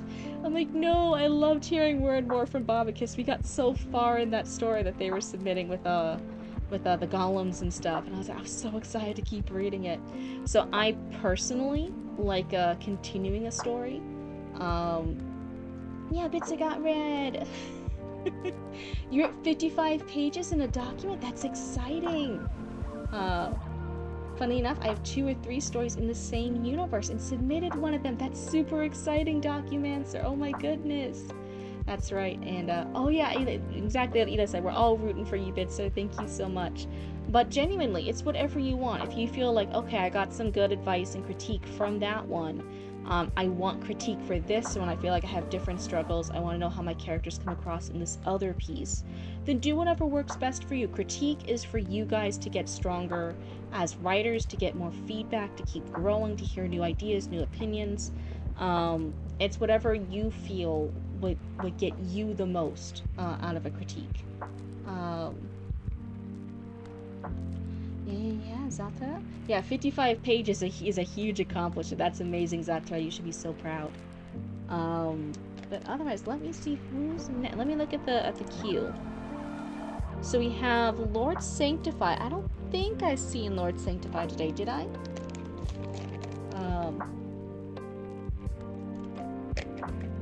After Lord Sanctify, it's actually Eli Illustrates. Eli Illustrates is after Sanctify. I know Eli's here. Your other steampunk one was purposely written like a newspaper serial of the Victorian era. Oh, that's so exciting. That's a cool little bit.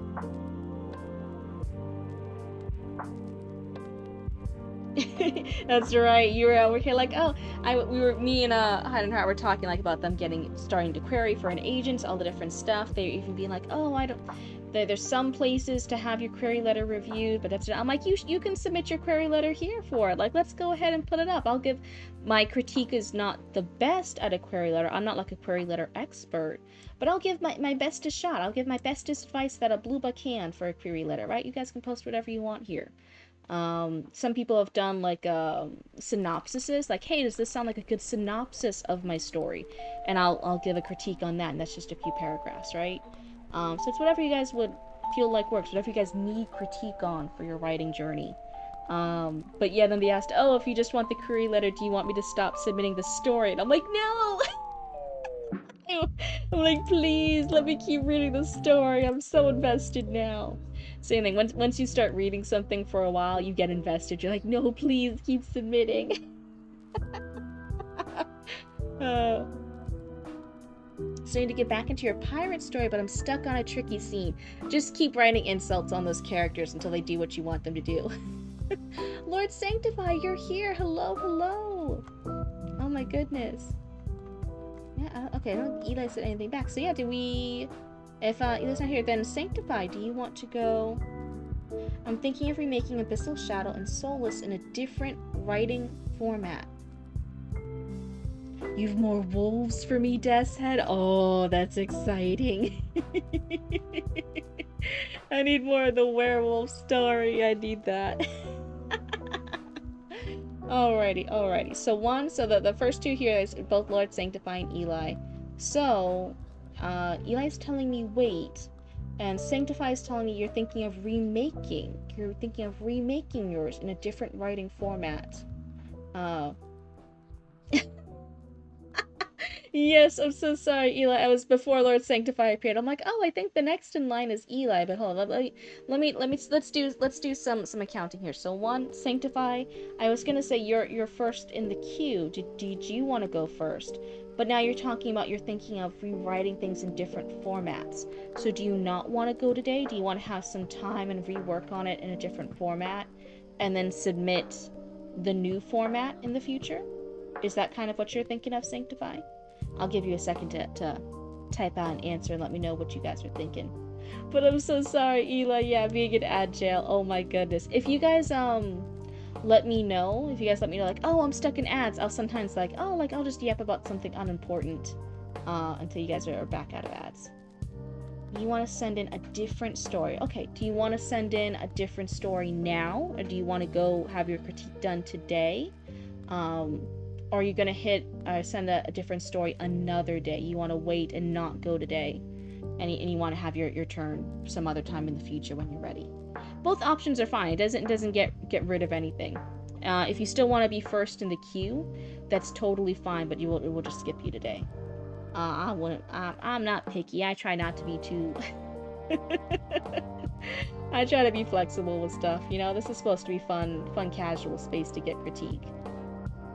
You accidentally hit refresh. Don't say what you... I've done that so much when I'm lurking in other people's streams for a little bit, you know, trying to be more involved in watching other people stream too and being more involved in their communities. But sometimes I'll I keep hitting the refresh button because I'm just used to it with other apps, just to keep refreshing stuff to see if anything new pops up. And so I'll sometimes like be in an ad and I'll be like, oh god damn, let me refresh the page. So I'll like refresh the page even while I'm in an ad. It's a special place of ad hell that I brought myself to. How many critiques have you done today? We just finished up on Bitzers. Bitzers was the first critique today. You'll send it today since I'm in on the document? Okay. So then in that case, do you want to go ahead and submit it and I'll click that one? So let's see.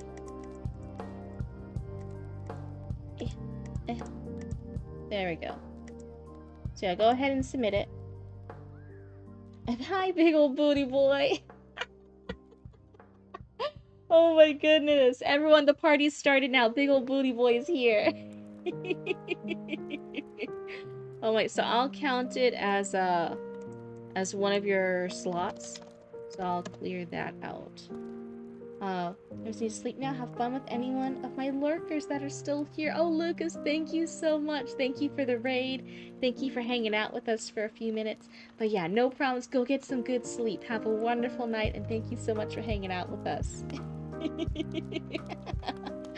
You know that's right. Oh, what's even joining you in the party? Says Eli. It's a real party up in here. Oh my goodness.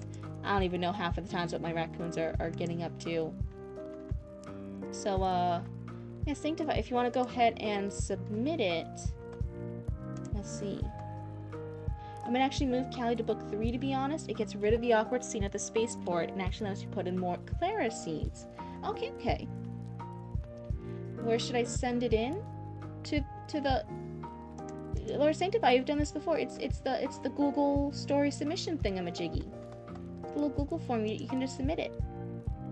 Wait, you sent in stuff here before. You sent in 2 other things into the Google form too. It's in the Discord. You just submit it into the Google forms. Oh my goodness, you guys are so silly. Oh my goodness, dancing dinosaurs in the party now. But yeah, sometimes that's why it's like moving characters around. It's always such a hassle. I never like doing it. That's why when I do give that advice, I'm like, oh, I think this character needs to be moved. I think it needs to be changed. I think this character needs to be gone. I always say it from a place of like, yeah, I've done that too. It's not a fun critique to give because I know how much fucking work it is to move a character around. Oh my god, the dancing Mothman, hell yeah. Okay, listen, I got a party too. I gotta move the model around. I should have a strobe light effect. That way we can do that. Oh, baby raccoon, you wanna dance too?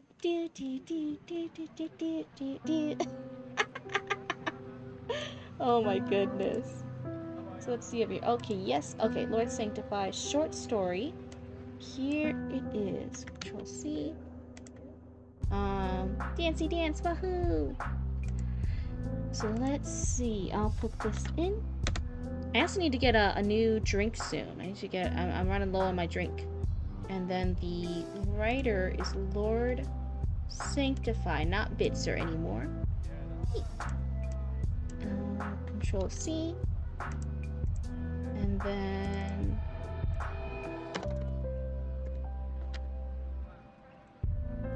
There we go, that all looks good. I just need to fix my background now. Oh my goodness. Does that look good? Yeah, I think that looks good. That looks good. That's fine. You guys can see everything. Thank you for reminding me to do the story by.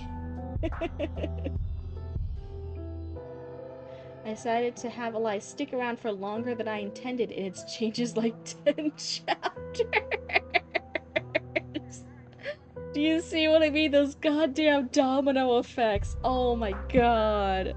You change one little detail and then you're like, shit, it's impacted half of my goddamn novel. I hate it. I hate it so much. I hate giving that critique. I hate giving that advice. I hate using that advice for myself, but man. It's finally evening out again. So this is 2 pages. Okay. While the sequel to the story is about 4 pages only. Okay, so it's a short story, it's only 2 pages, it already has a sequel that you're working on. So I know you said you're trying a new format. Anything in particular you want to tell us in chat about this story? What's it about? What kind of point of view? Anything that you're looking for in particular for critique? Like if you want critique on the characters or on the pacing or the writing, anything like that you're like, yeah, keep a lookout for this. I know this is something I struggled with. How could I improve that? Sometimes I know people have specific things they want me to focus on and specific things they don't want me to focus on. It just changes depending on the person. I'll let you write that for a second. I need to get more drink from the fridge. So I'm gonna let you type that out. My model's down here and is totally not gonna steal your soul. Don't worry. And I'll be right back with a new drink. Hold on. Oh, hi, Baba. Baba Bean, you're so cute.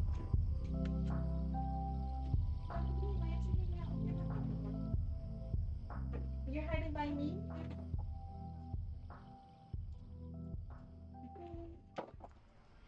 Okay. I'm coming back. See, it was really short. Oh, my model is staring at you. Oopsie.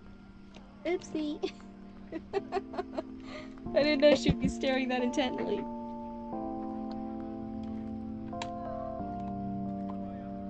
Let's see. In book 1, at least, Pegasus is Fee's cousin and Sethno and Uriel's nephew. So cutting was next to impossible without messing up my book's climax. The story is mostly a one-off, so it doesn't take place within the timeline from any of my stories like Abyssal Shadow, Soulless, Demi-Wars, and etc. Okay.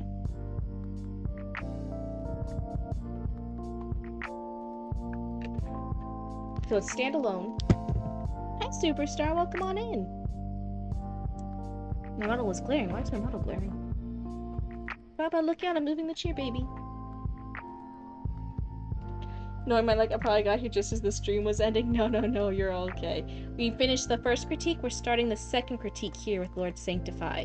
And then if anyone is still up and awake and good after I finish this, then I'll see if there's raccoon news they want me to cover. So last call for a knockout. Let me move a bit so the model can keep track of me. Not. Do you mean nice? Oh, there's lots of new Raccoon 60s. Oh my goodness, this is so exciting.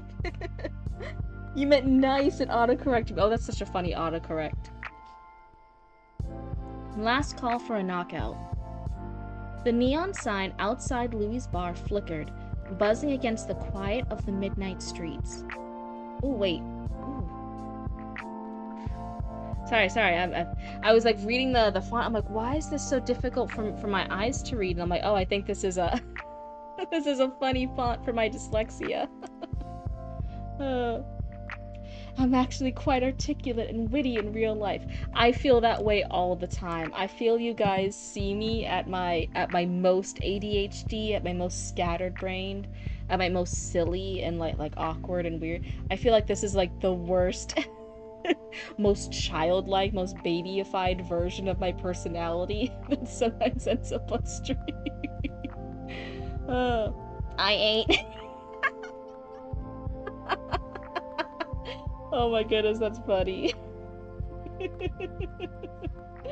This is so great. But yeah, hold on. This might take me a little bit, because this is a little funny wonky text for my dyslexia. Inside, the very air was thick with the smells of cigarette smoke and stale beer. The jukebox humming a country song no one really listened to. It was a slow Monday night until he walked inside of the bar. Wait, that's a... wait. Yummy. Right, more raccoon news is yummy. So I'm trying to tell. It's a little difficult to tell with the font. I think that's a period. This is a comma. So that's a comma. Is that a period or a comma?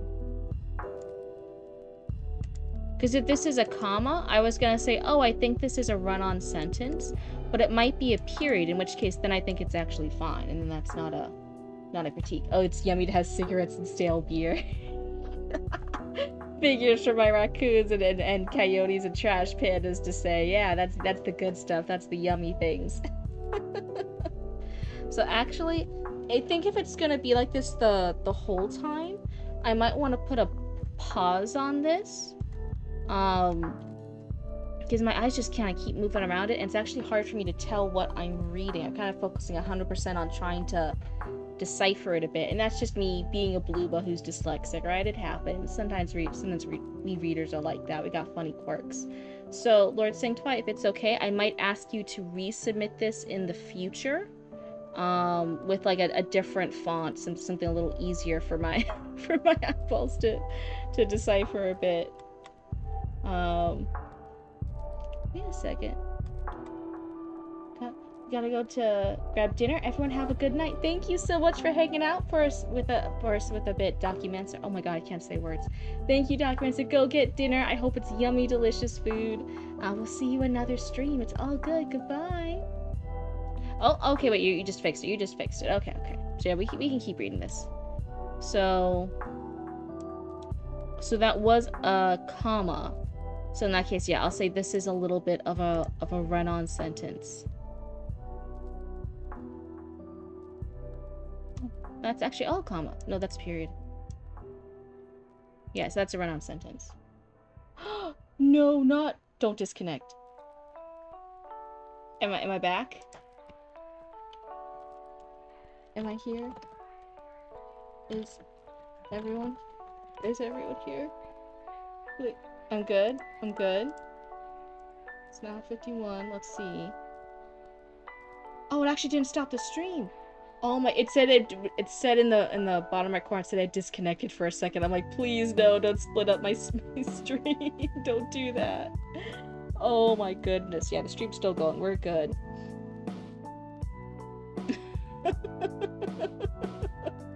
That's so funny though. No, it literally said it in the bottom right. The thing when like my internet disconnects and like the stream stops and then restarts. That's what it was saying in the bottom right. I was so worried. Like, please don't end the stream. Jace Calloway, all 6 feet and 2 inches of him, wearing a leather jacket and a permanent scowl. His knuckles were bruised and scarred, his lips still healing from whatever trouble he last found. He didn't come to do things like small talk or drink the watered-down whiskey that was served there. No, he came for a fight. Should it be served there or served here? Someone who's better at grammar, let me know if it's supposed to be there or here. No, he came for a fight, and tonight he found one. Across the room, leaning against the wall of the bar like he owned the very place, was a guy by the name of Dale Barker. The kind of guy who never backed down, never let a challenge slide. He was built like a truck, a few years older than Jace, but he had that look in his eye. The same kind like he was itching to throw the first punch. Jace walked up to the wall, standing right beside Dale, as he called for a bartender to serve him while holding out a 20. Whiskey, please. Dale would smirk, not even looking at him. Hope you don't spit all over yourself when I do knock your teeth out.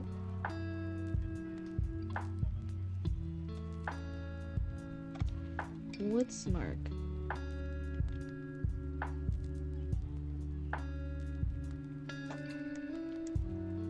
So I'm wondering, is it just me? And this could be a thing too where Cryptid's being silly. So I feel like the tenses is switching slightly. Anti-Cryptid, I'm scared.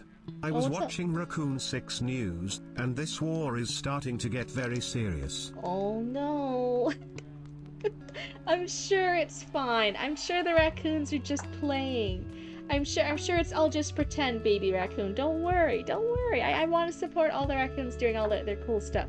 Maybe it's just a reenactment. You know, there's lots of people who are into reenacting cool moments in history and wars and stuff. Maybe that's what this is. It's just maybe it's just for funsies. Maybe everything's fine.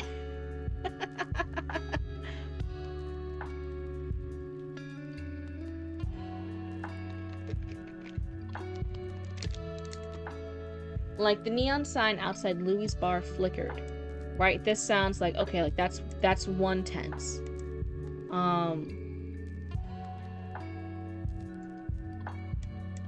And then, oh my god, where was it? Sorry, I got distracted by baby raccoon.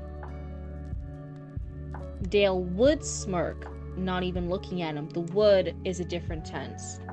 I feel like there was a third one. I feel like it switched 3 times, but I'm only noticing those 2 now. Yeah, I think the past tense is clear, but saying he would smirk is not past tense, it's future tense. Okay, so I'm not crazy for that one. I feel like there was a third instance where it switched, but I'm not seeing it now. I lost it. So if you guys wonder, like, oh, why does Cryptid start and stop the critiques so often? It's because if I don't, I'll lose it. I'll forget about it. It happens. Hope you don't spill it all over yourself when I do knock your teeth out. Jace chuckled for a minute before responding. You've been practicing your right hook, old man? Last time you barely even clipped me. That was all it took as Dale turned beside Jace, drink still in his hand, and without warning, he threw the first punch.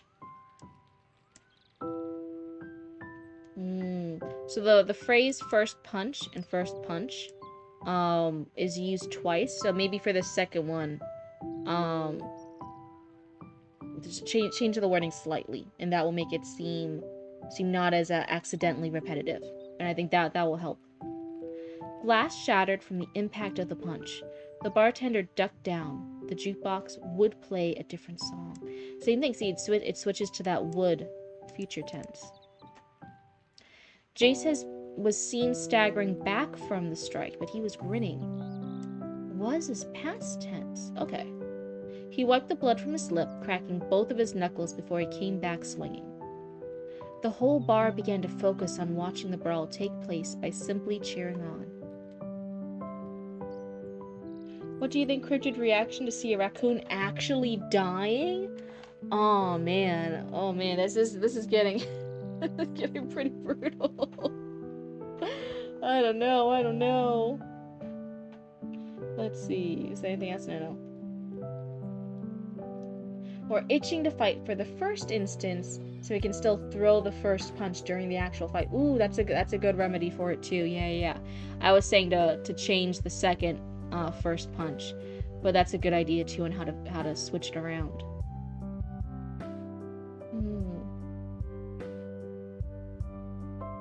Dale caught Jace's fist, twisting his arm a bit as he then lifted him up by the neck, slamming him onto the table. Wood cracked under the weight of the impact.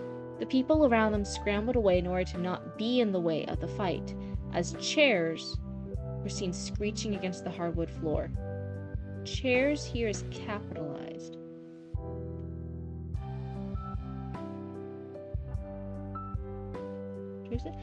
Have we heard from Lord Sanctify? Oh man, hopefully I'm not being too nitpicky either. Maybe I'm over-explaining the tense stuff. So yeah, Lord Sanctify, if you're in chat, if you want to give us any feedback, like, oh, okay, yeah, that's noted, or okay, something else, like you can let us know. You can hang out and chat with us and let us know what you're feeling about the critiques. That way we can maybe give you more critique that's helpful. Sometimes I'll accidentally focus on something for too long and without me knowing it, right? Because I can't hear or see my little raccoons on the screen. Some people actually get really annoyed with me. They'll be like, yeah, you mentioned that point 20 bajillion times. I got it. I already know. And I'll be like, oh, sorry, I didn't know. I thought it was being helpful, not annoying, but whoopsie. It happens to the best of us. Jace groaned, but rolled off the table before he spun and caught Dale with a heavy uppercut to his chin, causing Dale to be dazed for a bit. Oopsie. Oh, there's a question for Ari in the chat. Got it. Dale's head snapped back. He began to spit out blood onto the floor from the impact of the hit. Not bad, bastard. Jace shrugged a bit as he began to start smirking cockily. Wait. That one's a little wonky. I'm not done yet, bitch. I was looking at the wording mistakes on a different story. My bad. Okay. Oh, Cryptid, you aren't allowed to be redundant. Stop mentioning stuff 20 bajillion billion times. Yeah, that's definitely the way it feels sometimes. I get you. Now, I know that one was joking, though. You're all good. I'm not mentioning you specifically. I'm just like, oh, yeah, it's been pointed out a few times. Different raccoons have mentioned it to me, and I'm like, oops, my bad. I think it's correct. 20 bajillion million trillion thousand times. Oh my god, that might be. Someone correct me if I'm wrong. Somebody check my sources here. That might be the highest number a raccoon's ever counted to before. It's now a thing I think about as I write. Did I repeat this word too soon?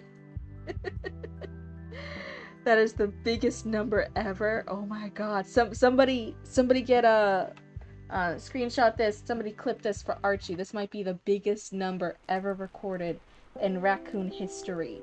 You need to have some possums and some others fact check this, but this might be making history. Oh my goodness.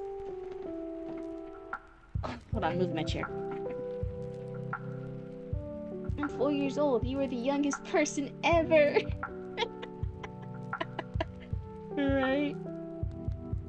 Sometimes I'm talking about like repeating a word too soon. It really helps to like actually highlight the word and like check when was the last time you used it was.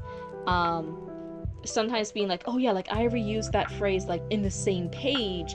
Sometimes that's too soon. That noters will notice. Readers will notice that. Noticers will notice that. Readers will notice sometimes if you reuse something like that on the same page. If I think I repeated it. Yeah. See, that's the smart stuff. That's the smart tech stuff. As expected of the Coyote Guard. But otherwise, if it's just a word or two, sometimes it's okay if it's after a few pages. That's normally not too bad. If you're repeating that same word multiple times every few pages, then readers will notice it. They'll be like, hey, every 2 or 3 pages you repeat this particular thing. Oh. Because we read a lot faster than we write, so it's much more apparent. When writing a page could take a week, mere seconds for a reader. It's 100% true. This is the second story I made in Google Docs, and I was still kind of a newbie at it. Oh, but it's so exciting, though. This is looking back and like, this is only the second one on Google Docs. That's exciting. So Dale would seize the opportunity to pivot towards Jace, throwing heavy punches. However, Jace managed to duck and counter with a simple knee to the gut. A chair would get tossed before they both were about to go rush at each other again. Someone would shout out, "Who the fuck did that?" as Dale stumbled back, knocking over a bar stool. Then a short, furious female bartender, Marcy, would walk over with a shotgun in their hand, as she then cocked it back. "Out, both of you." There was a long silence after the bartender said this. Jake would wipe his bloody nose, while Dale began to straighten his shoulders before they both exchanged looks at each other, laughing like they always do. That's a bit run on. Jace would extend his hand forward, and as Dale grasped it, taking the hand.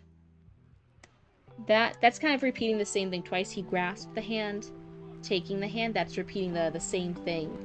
So we can just choose one or the other phrase here.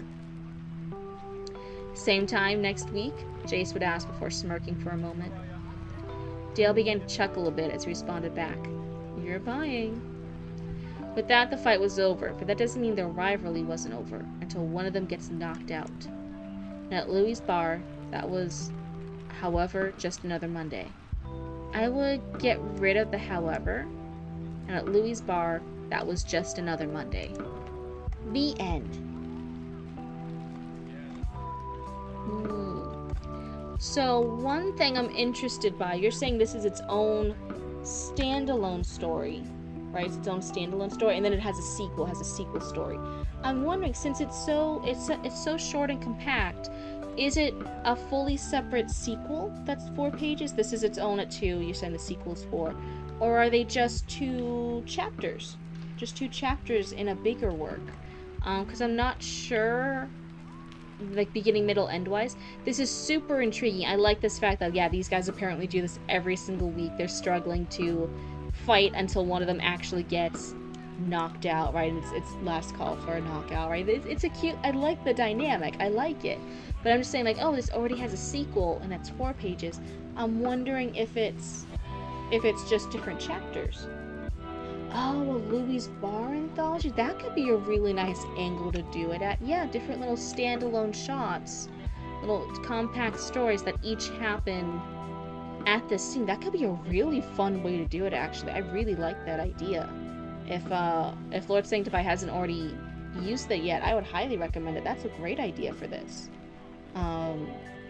You're intrigued, Ela? Yeah, it's super, super cool. I really like the characters. I like the fight scene that's happening. So that's the stuff I liked. That was the question of, like, oh yeah, is it truly its own standalone story, or is it just a chapter and the other one's like chapter 2?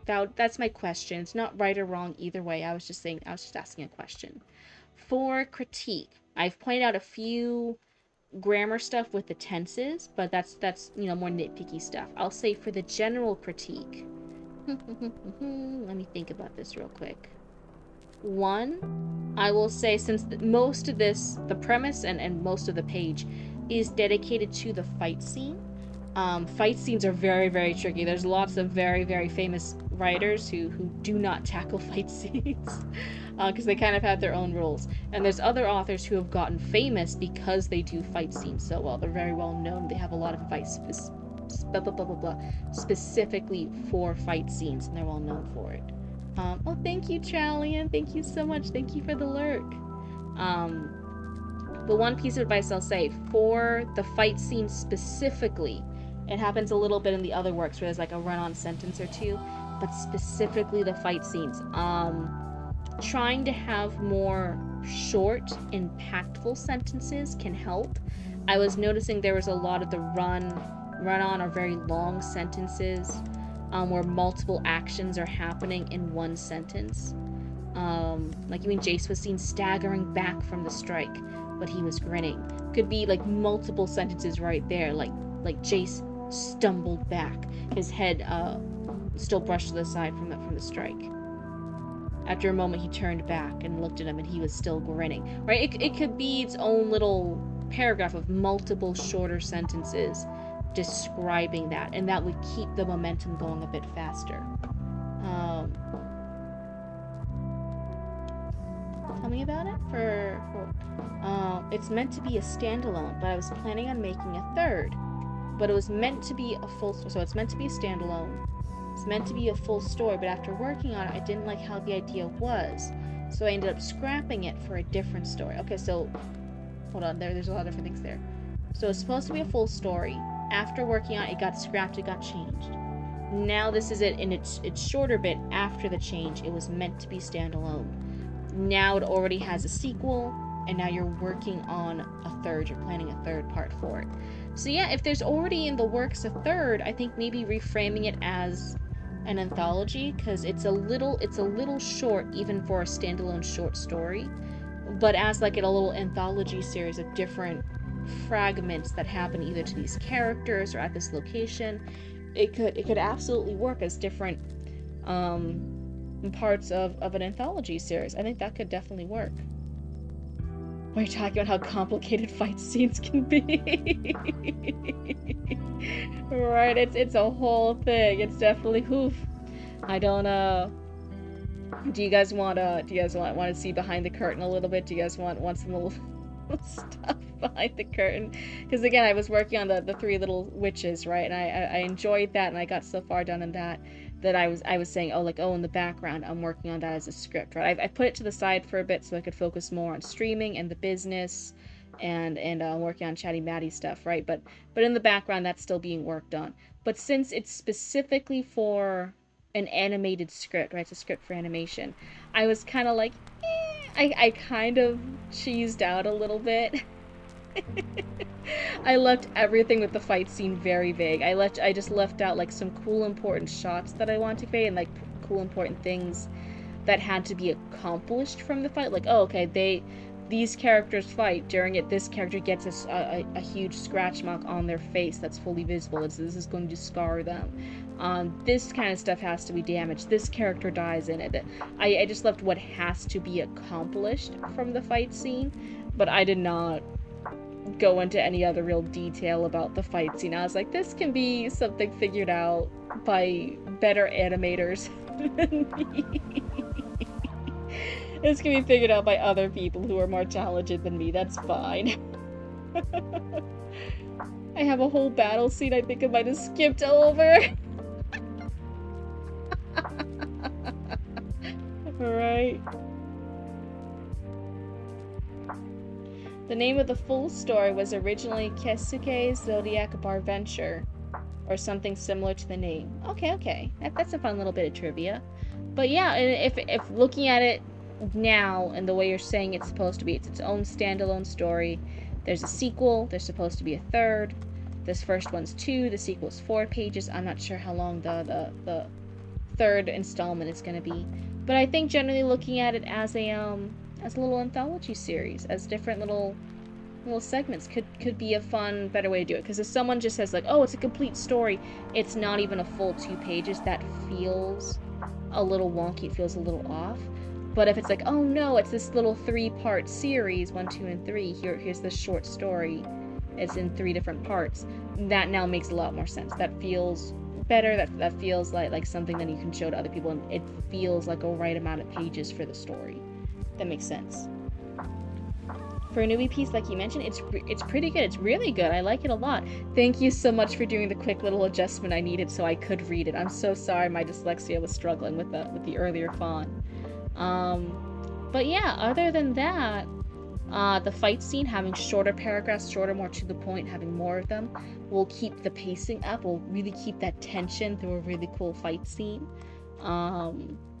And then the tense switching, right? Just double check your tenses. If you have any like writing friends or anybody who can go over your work who's a little bit better at like catching that stuff, it's so good to have a writing or critique buddy who's a little bit better at grammar, who can catch stuff like that. Let's see, the other Keisuke story, the original one, was about some guy who retired as a boxer to run a model. Keep tracking, please. That takes you different universes, but that was when I was very into stories with the different dimensions and universes. Okay. But that's still not this story. That was the original story. It's not this story. But yeah, otherwise that's my main critique. I'd say the tenses, and then working on those fighting scenes to split up any run-on sentences to really keep that action moving. And I think that will get the fight scene to the level you want it to be, to what you're trying to convey here. The shorter, more impactful sentences will help. But otherwise, that's what I got for you. Thank you so much. I hope that helps. I know you were looking at some other story while we started it, so I don't know how much of the original critique you were hearing. My bad. I didn't know you were looking at something else when I started. But otherwise, I hope that helps. Let me see here. So for that, I will count that as one of yours in the front here. And then I will delete this from the queue. Yes, I'm on the right one. Okay. So let's see. So should we take a break here? And should we do Raccoon News? Is that kind of the vibe? Raccoon News? Yippee! I hope that helps sanctify a little bit. We've had 2 different critiques so far. I hope they're helpful. I hope I didn't go too crazy with over-explaining stuff. Yes! Oh my goodness. Okay, let me start my lo-fi beats again. Let's get this. Let's do this. I just switched my screens over. Oh, wait. Oh, there we go. Wee. Baguette. Breaking news. So let's see. So I have this. Is it window? Yes. And then I will change the Raymond to raccoon.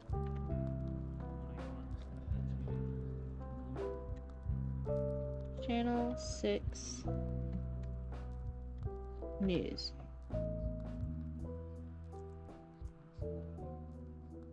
There.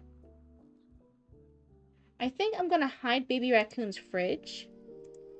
And then move Baby Raccoon down here, just so it takes up a little bit less space. So it's a little easier for you guys to see the news.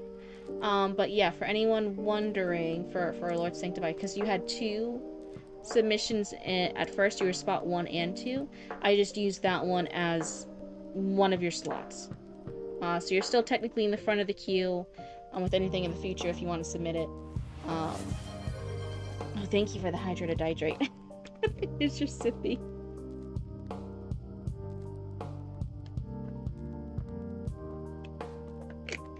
That's actually a lot of sippies, but I needed it. You got your writing done? Nice, good job. Damn powerful revision tonight. Hell to the yeah. Oh, thank you for the lurk, Bitzer. I have 2 more chapters to rework, but at least Cunning Callie makes the reworking easy for Act 1. But I need to move the Barry and Stethno deck fight to the dining cabin. Oh no, yeah, moving characters around to different scenes and stuff. It's always like, everything changes, everything's different now. God damn it, I gotta rework so much stuff. Oh my goodness, this is a hassle. You got 30,000 coins you need to start using? Oh my goodness, nice, you're getting rich. You're getting rich. So, Raccoon News. I had to move the screen down a little bit so you guys can see things a bit better.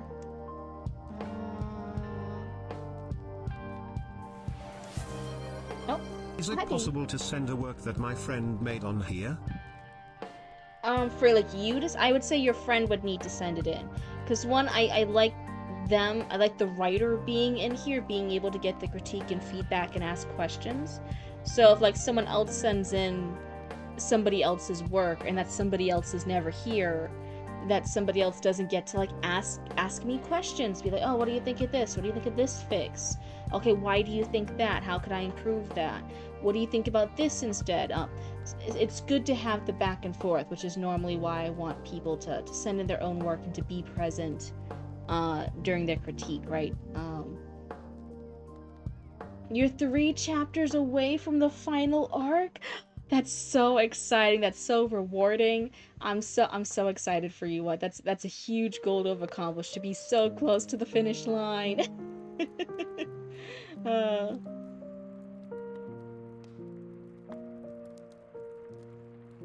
May I don't sneak send my pirate story. Yippee-ki-yay, I'm a southern raccoon, yay. Yay. Yay. Oh my goodness.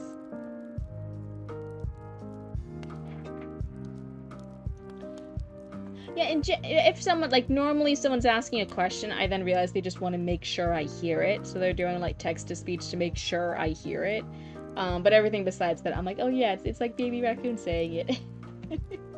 Hi, Pepin, welcome on in. It's the most read here, we will be. Oh my goodness. So let's see, where was I? So this is from May 8th.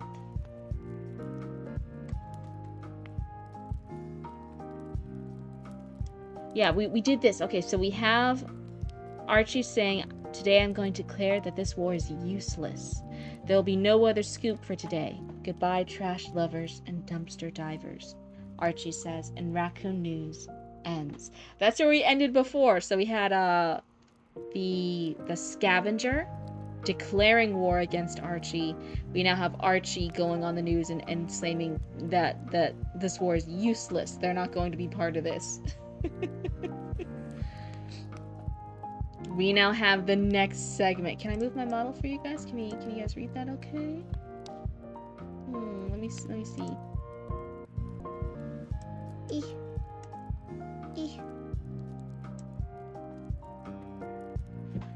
So let's see. The red header at the bottom of the screen reads, Civil War Update. First casualties. Oh no, that's spooky, oh no.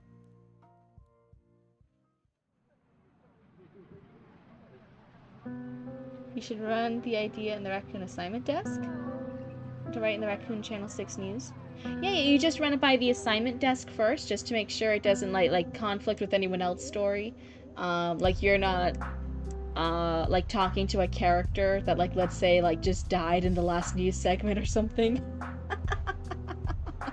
And so then maybe they'll like have you like write that before. That's it. You know, just clarify. Just run it by the assignment desk. Make sure it's all good, and then yeah, you're all good to go. Yeah, but we love it's always right. We love having more people submitting to it, adding their own raccoon OCs to it to do their own news coverage stuff. It's all fun. We encourage raccoons and creatures to join in as long as the topic is okay, and probably run the idea of the raccoon assignment desk first. Yep. So we're listening. Very interesting thing about it. Okay. Yeah, it is read almost every stream though, as long as there's ones, or at least as long as I'm not too tired. So Civil War update. First casualties. Good evening, raccoons. Oh wait, is this from Arya the Scavengers? Voice? Good evening, raccoons. We have a major update on the Civil War. The Scavengers have seized control over Coyote Guard Station. Gunshots were heard from inside. However, we are unable to confirm any casualties at this time. And now to our reporter on the scene. The camera cuts to a raccoon standing in front of the seized Coyote Guard Station. The windows are boarded up, and Coyote Guards surround the building. We are here on the scene of the attack.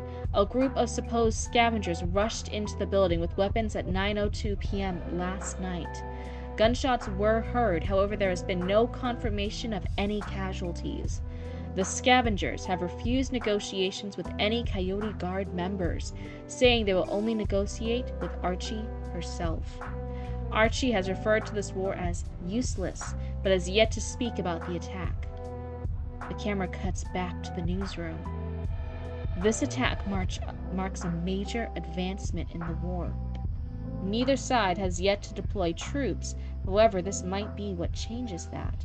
Please stay tuned, and we will report on any further advancements with either the war or this current hostage situation. Oh my god, this got so real! This got so real. I didn't realize they would go after the Coyote Guards. I thought they would just go after Archie and like the news station. They went after the Coyote Guards. Oh. Hey, can you give Archie a bit more emotion to certain parts?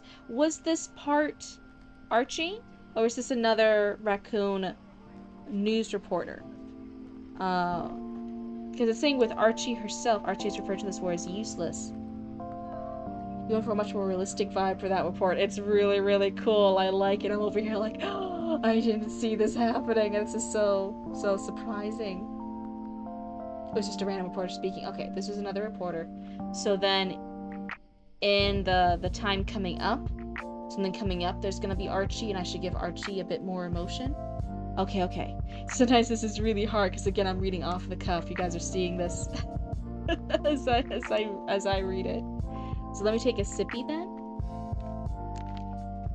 Which is mwah.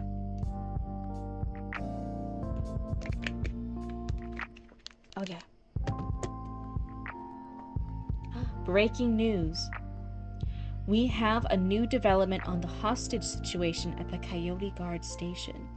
Following scavengers' demand to speak with Archie, Archie is arriving on scene now to negotiate. We now cut to the scene. Oh my goodness. Archie comes in, wearing their usual suit. I am here, Arya, they say calmly, looking around to see what they have done to the place. Arya speaks through a megaphone. Welcome, Archie. I see you finally changed your mind about this war being pointless. Archie just sighs in disappointment. It still is. And me coming here isn't proving that the war you declared has a point, Archie flatly says. Oh man, that was supposed to be flatly. God damn it. What you are doing is just doing more harm than good to everyone.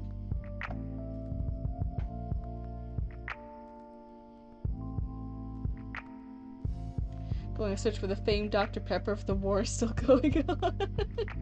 You can, yeah, there's side stories. I even did a side story of Cryptid first hearing the news report. That's totally a thing you can do. Of course you would call this war pointless. Typical of a tyrant to discredit the ones who oppose them. Archie squints their eyes. A tyrant? And asked as they continued. I don't hold any position of power, so why call me one? I only broadcast news and help fund anything that I could for the raccoons and any other creatures, they remind them. So why are you declaring war on me? Maybe you don't hold political power, but you still hold lots of power. You control our media with Raccoon 6 News. You control our education with Raccoon College. You control our money with capitalism.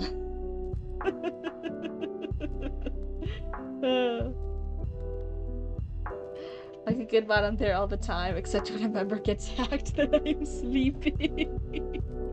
I only woke up to that because my phone was next to my head while I was sleeping already, so I woke up to the pings and I was like, well, what's going on?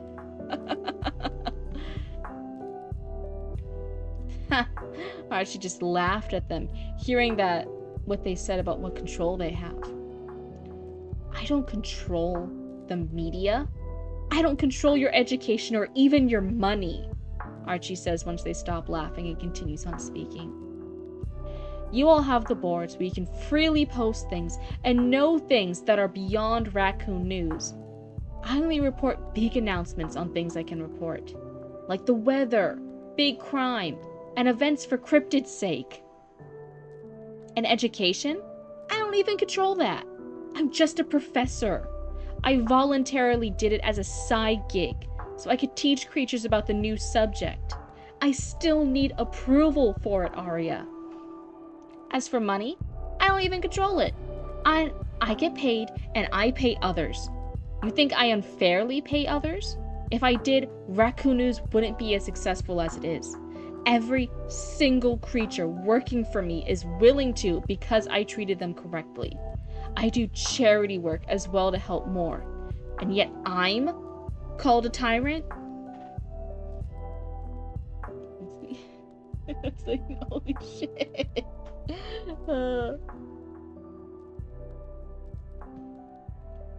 Does a tyrant do all of that? Archie says to Arya, frustrated and angry for all their work they have done.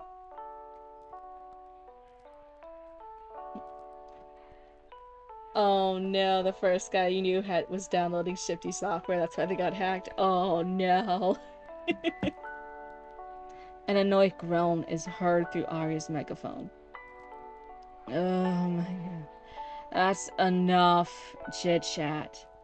Let's get down to business. I have several hostages in here. Don't worry, no one has been killed yet. We are going to negotiate over their release. Any attempt to enter the building or apprehend me will result in the hostage's death. If you truly care about the raccoons as much as you say, you'll oblige. Got it? What is your demand, Arya? They fix their ties as usual, looking at Arya and just asking straight to the point on what they want. It was a secret signal to the webs. A group of spiders that was recruited by Archie and Webby for a special operation to paralyze any pebbles in their path and saving the hostages, as all those recruits were small enough not to get noticed. Oh my, we have espionage going on over here. We have the webs. We have little baby spiders coming on in here to do all this. Oh my god. There's more players at work here. This is getting so exciting. No, Papa. My first demand, your immediate resignation from Raccoon College. That only works if I have a job there. I volunteer as a professor, Archie says, rolling their eyes. So that demand has always been unnecessary. Volunteer, job, whatever. My demand is that you stop all business with Raccoon College. So you're demanding that I stop funding Raccoon College. I'm the one that's keeping it up, so all other raccoons and creatures that went from a free college to a college that will ask you to pay now for all the things which a lot of other creatures and raccoons couldn't afford. Oh, hey, thank you for the follow. And hey, I hope you like hanging out with the Cryptid Cult. It's kind of a funny time to be listening in, but this is the Raccoon News updates. This is an update on the Civil War coyote hostage negotiations that are going on. So it's kind of a funny time to be joining us, but hey, welcome on in regardless. I hope you have fun. Archie raises their eyebrow at Arya's demand, seeing that they didn't do their research well enough. Of course you make it about money.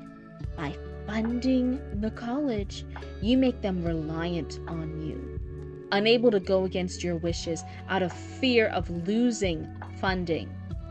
That's why no one raccoon should be able to control it. What the hell did I just walk into? You're the one who followed us. Hello, welcome on in, white boy. And one, that's a really funny username. I think that's funny.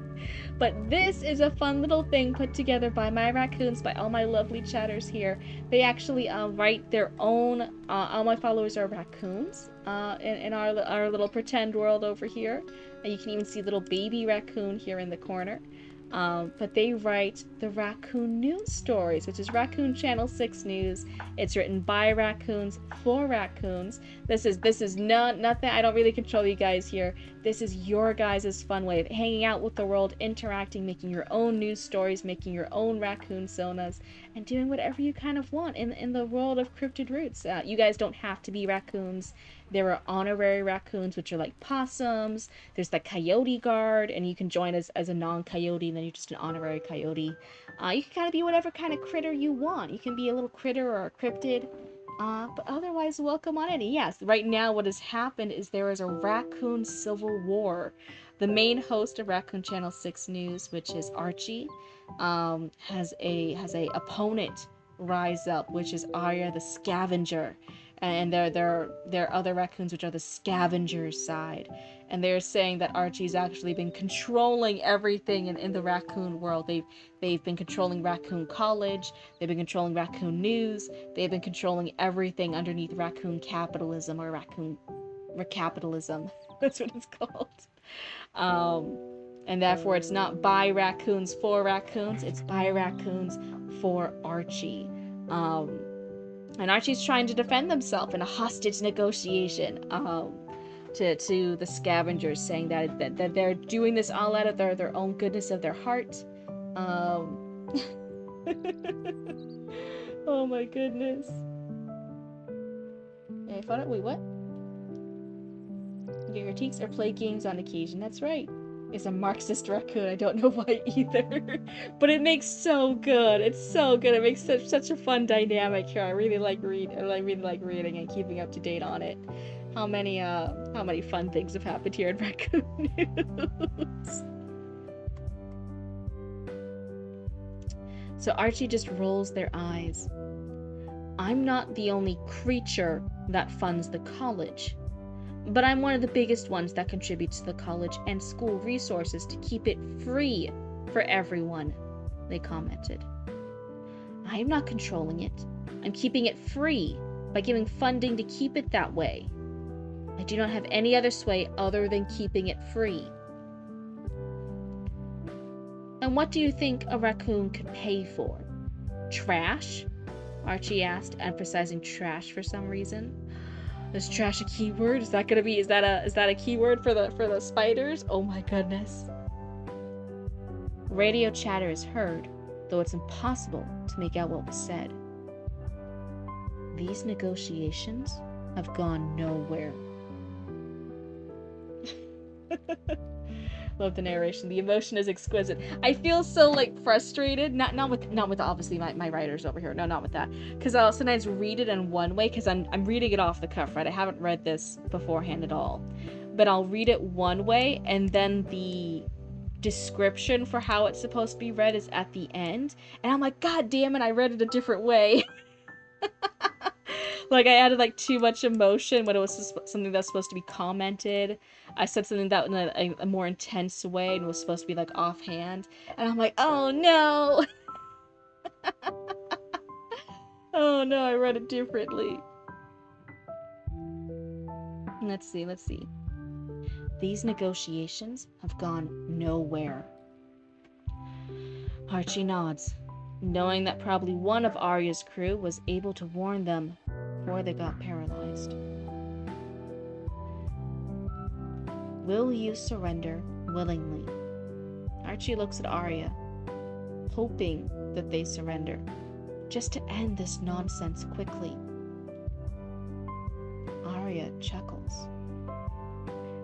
You had a chance to end this war peacefully. So be it. If you want there to be casualties, then there will be casualties.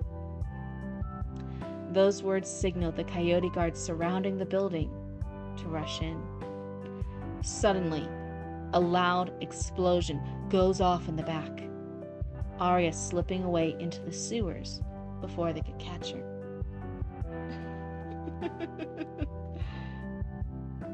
Patreon will be the one without interruption. Oh, I actually kind of want a separate YouTube channel that's just like Raccoon News on YouTube, a separate YouTube channel where I just have these more well narrated so people can just catch up. Archie's eyes widen as they see Arya press a button. So they press their tie as nothing happens to call in reinforcements, and Wee-Woo's in here to get the civilians out as Archie runs towards the explosion to rescue any raccoons under gravel.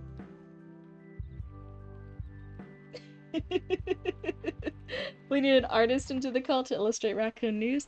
Shh. When this is done, I'll comment. Hold on. Archie was running in and out of the building, pulling raccoons, coyotes, and any creature that was caught hostage and under the rubble, as a coat of tiny spiders was following Archie behind, carrying crews of Arya's out of the place as well. Meanwhile, the Wee-Woos and coyote guards are helping the injured to go to the raccoon hospitals. The hospitals! And arresting the ones who helped Arya to go to prison for interrogation. Archie looks tired and angry as their outfit is ripped off and charred from flames as firefighters are coming and clearing the fire inside the building as the broadcast ends. End of broadcast. Oh my goodness! Oh, we can't. That's literally all there is. Oh no. Oh no. I'm like so locked in. I'm so locked into what's happening over here. This is crazy. You guys are so like imaginative and like amazing to have all this stuff going on. I'm like always blown away, but this is definitely one of the things where I'm like, oh my god, the twists, the turns, what's happening, what's going on. I'm locked in. It's great. But also, okay, so now to answer Arya, Zoe, you gotta turn off your ears for a second. Zoe, turn off your ears. To the injured raccoons. Yeah. Thoughts and prayers for all the injured raccoons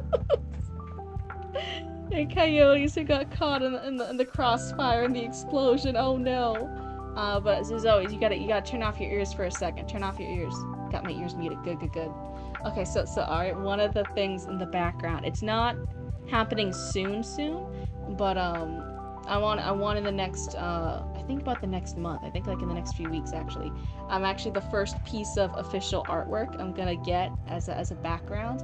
I'm actually want to get a background artist to draw the Raccoon 6 Channel 6 news station with Skelly in the other seat, and then like the little logo and stuff, and it kind of looks in disrepair and everything. It's gonna be the first piece of artwork we get.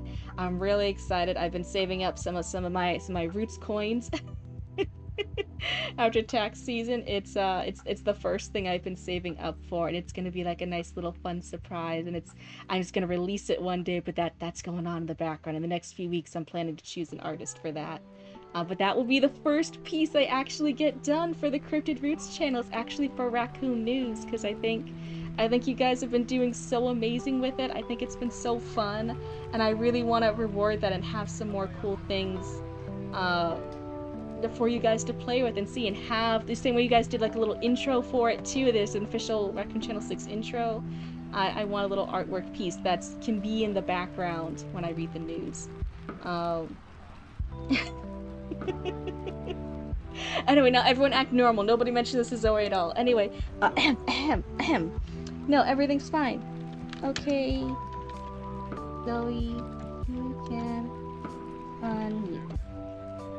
There we go. Yeah, everything's fine. It was just, what? We were just talking about boring stuff. We were talking about taxes. Nothing fun over here. Yeah, just taxes. I didn't want to bore your ears with that, Zoe. No one likes listening to tax stuff. Bleh. But yeah, Steven Kikow's like, oh no, it can't end like that. Like, my God, look at this. This IRA accounts will really get you. Oh my God. I've been trying to invest more in stocks, and then because I have stocks and I get dividends a little bit, like a couple cents. I get like a couple cents in dividends, nothing crazy. I had to like file out like the separate form of my taxes and stuff too, and I was like, God damn it, this is boogie. I don't like extra paperwork. So Cryptid, as you were asking while Zoe was muted, no, you cannot write off Raccoon 6 News on your taxes. Oh man! The electricity bills! They're getting out of control! I cashed out my IRA for 1,800 buckaroos. Adulting, shaking my head, right? Paperwork. Oh, I never realized as a child like how fucking scary paperwork can be.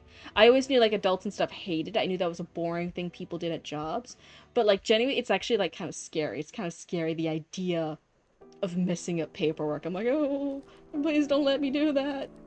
I would like double check things twice. Whenever you like put your name in, you're like, oh yeah, it's just my name, but then you're looking at like a legal government document, and you're like, is that actually my name? Is that actually how I've been spelling? What if I've been spelling my name wrong for all these years? Oh my god, somebody tell me what my name is. You get so paranoid. Okay, so Patreon having videos about Raccoon News with sound effects or something, it gets uploaded in the Raccoon News YouTube channel. Oh, that would be really fun. I need to know more about editing stuff. Well, let me correct myself. I'd had to get Roots to learn more editing stuff. I wouldn't be learning shit. I already had too much to do. I'd ask, like, Roots, go figure out how to edit videos and add in sound effects. Oh. Anytime I fill out a government form, I'm scared they think I'm lying. Stop having the same emotions and brain that I do, hide and heart. It's literally so, I'm like, I literally like have a receipt, like I have proof that I spent the money on this business supplies. What if they can come knocking at my door like, hey, did you really spend like $20 at the Dollar Tree in tissue paper for your business for packing supplies for the year? And I'll be like, yes, I kept the receipt. Please don't think I'm lying. Don't think I lied. Well, there's $20 of business supplies at the dollar store. Like, dear God. I get why we pay taxes, but god damn, it sucks. I think I wouldn't mind it as much if we like see it more. Like other countries have higher taxes, like sometimes insanely high taxes, but they have like incredible roads. They have great public health. They have like healthcare and stuff. Not like great public. They just have health coverage. There's like you can like go and live your daily life, and you see how those taxes have worked for you. Here in the US, dear God, everything's so... everything's hard, lemony hard, and it's just difficult, and then you have to pay taxes on top of it. And then like there's always the fear, like, oh God, what if I mess up my taxes? And it's like, I did it wrong, I made an oopsie, and then like they throw me in jail, and then I can't see my kittens anymore. I have cats, who's gonna feed my cats if they throw me in jail because I messed up a tax document? Other countries, they just tell you what taxes you owe. Do you guys realize that? They just send you a statement like, here, this is how much in taxes we think you owe. And then if you think they did it wrong, you'll just be like, excuse me, I think you calculated it wrong. I think you didn't include this. And they're like, oh, okay, here's the adjusted thing. And then you just pay that. Like, they just tell you. It's the scary part is calculating it yourself. What if I misspelled my name? No, way, that's impossible. Meanwhile, the papers. Cryptid boots.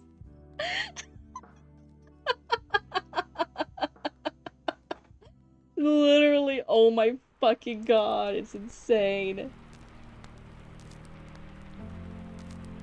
Can I send you what I have so far?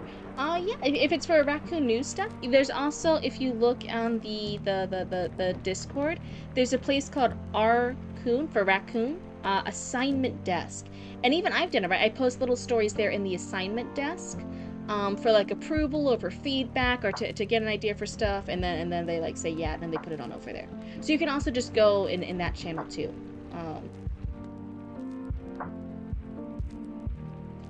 These YouTube channel raccoon about raccoon news gets funded for better raccoon news, maybe some rewrites for better quality.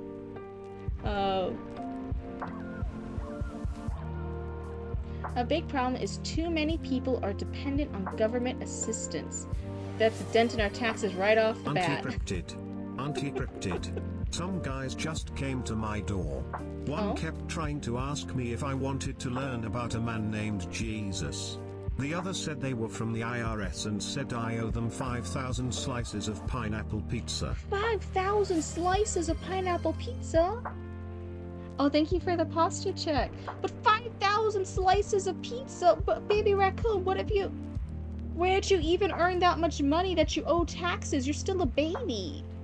Normally babies don't have to worry about that. Oh my goodness. Yeah, everyone do a posture check, unshrimp your spines. If you have any spines you've welcomed or skeletons you've welcomed into your family that you adopted from a local crypt or cemetery, make sure to check their spines as well. Check their necks. Right, we're going to move our necks back and forth, left and right, up and down. See the models doing it too, up and down, left and right. And then you'll check your skeletons, any pet skeletons that are part of your family. Remember, if your spines and your bones hurt, their bones might hurt too. It's important to check you guys all together. It's a good family activity.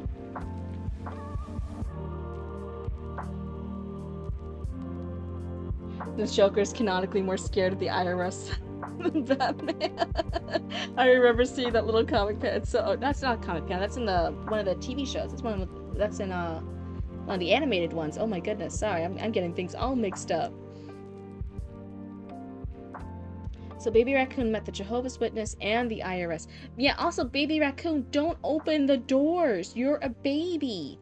It's adults that open the doors. Babies don't open the doors. That bad things can happen. That's scary. You can't be doing that. Someone accidentally snapped Skelly's spine. Oh no, poor Skelly. Oh my god, I got a new Skelly friend today. I got a new skeleton friend today. I'm so excited. I got a new skull friend. That's what I actually call them. I'm just calling them Skelly friends because I'm thinking of this. But I have a new skull friend today that joined the real life Cryptid Roots family. I've been so happy. I got them yesterday. I collect not just any bone art and like skulls. I collect like only ones that I really connect with. I collect ones, and I normally connect with the really haunted ones, like the ones that look like they're possessed by a demon and that they have killed all their previous owners. They look like that. So when it's most of them are deer skulls. I like a lot of skulls that have horns on them. I'm looking for a really cool alligator skull, but I haven't got one of those yet. So I get a lot of these cursed looking skulls, ones that look like they are possessed by spirits, and I welcome them on in, and I'm like, you're gonna be part of our family now. You're gonna hang out. I hope you like hanging out with our family. I have them in my home. And then the spirits just kind of calm down a little bit. I think they like hanging out with each other and just having a new home here with the Cryptid Roots family. New emoji idea, Archie's stamp of approval emoji. Oh, I like that. Put that in the suggestions and the idea. Oh my god, what's it fucking called? Suggestions, so I can look at it later. I have a collection of bones, skunk bones, but would you be interested, Cryptid? Oh, that's a tempting offer. Oh my goodness. I was about to say here live on the internet, like, oh, I do like bones, but then I'm like, oh no, someone's gonna clip that and like put it out of context and make it seem like I said boner or something. I know the internet. I can't say this kind of stuff on the internet. Oh my goodness. So anyway, what we're doing, but yeah, that is, I'm still like, I'm actually keep like looking at this like, oh god, can I scroll down now and will there be more raccoon news? And it's not, the broadcast ends. You have a boneyard, oh my god, why are you cooler than me? I'm a blue cryptid on the internet, why are you cooler than me? Gotta dig a big old pile of them bones. Oh no. Anyway, but yeah, for anyone, yeah, I'm a spooky person in real life. I've gone really into collecting certain bone pieces I like. Only blue most of the time? What are you talking about? I don't understand what you're talking about. What's happening here? Who said that? Who said that? What's happening? What? Did you guys say something? Were you guys looking at something? Were you guys looking at something? What was that? I'm blue all the time. I don't know what the comment was about. An albino cryptid? I don't know what you're talking about. The white lady? You guys saw a white lady? Wait, hold on. Where is she? I'm looking around. I don't see her. Trey May, what are you talking about? I don't. Hold on, let me look over here. Let me look over here too. No, I don't see any. Why did you clip? I don't understand. Why did you clip? You see a white boy, but not a white lady. Yeah, there's a white boy in the chat. But I'm looking around here and I'm like, I don't see any white lady. I think you guys are just being silly. I think the white lady isn't real. I've never seen her before.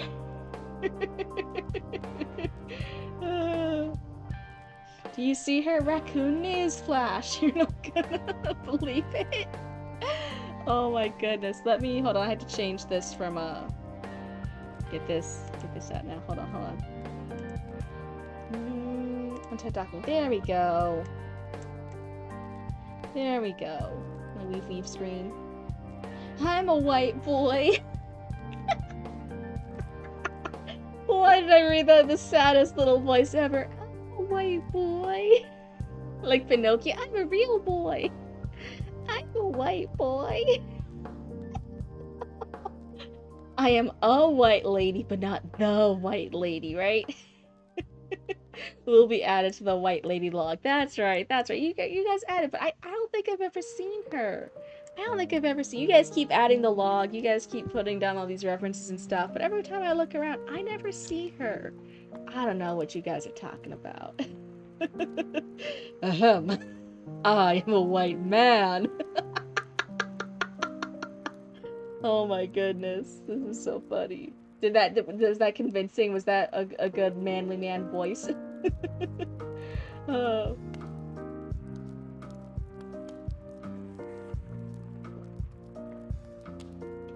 Sorry, I need a sippy. Yeah, with several sippies. I am invincible title card. You're so pale. I've been described as gray in the sunlight. Absolutely. When I was still in Massachusetts, cryptid, when I was a baby cryptid in Massachusetts, I was pale and I didn't have most of my freckles. Now that I'm a Florida cryptid for most of my life, I'm still pale. I still try not to go in the sunlight too much for like sunburns and stuff, and then, you know, staying hopefully like, oh, skin cancer free. But I'm extremely pale, but I do have freckles. Being in the warmer weather and getting some of that sunlight, I still have some of my freckles now. But I kind of always am like, oh man, I kind of want to go further up north again just to like watch a few weeks go by and then I'll lose all these freckles. I'm riddled with freckles and ginger noises. I've been called Casper because of how pale I am.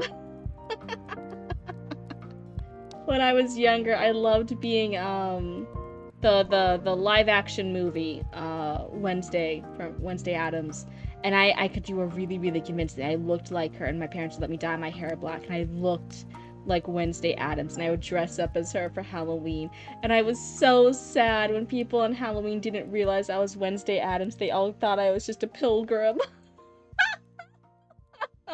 But just to give you a reference of like, I'm very pale. I was even more pale as a child up in Massachusetts, and I kind of looked when I styled my hair, when I dyed my hair, and I had my bangs and stuff.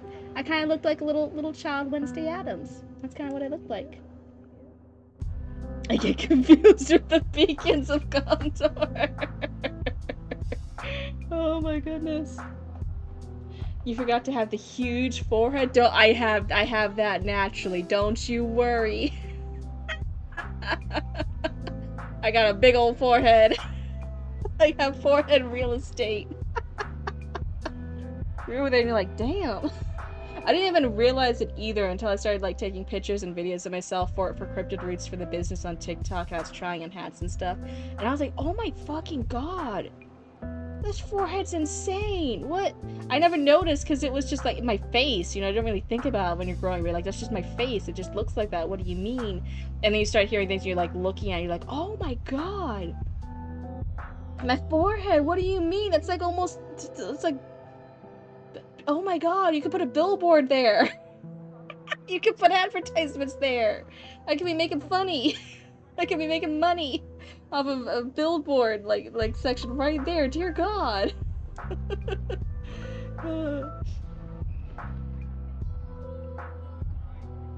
So then we need pictures. We can play tic-tac-toe. Band, where's the band hammer? I was saying too many compliments to you earlier, and now you betray me. Y'all see that guy who rented out ad space on his forehead? Oh my god, this has to be a joke, right? This has to be a joke. If I can find it, I had a video of the light reflecting off my skin and lighting up a shadow. Hey, Heidenheart, I know you're part of our Coyote Guard. Are you sure you're not your own type of cryptid? Oh my goodness. Alright, before I get too sidetracked and I start chatting and yapping too much, are we doing another story? If we're gonna do another story critique, I think we gotta start sooner or later, because it's already past 12:30 in the morning. maybe Heidenheart, maybe you are the white lady.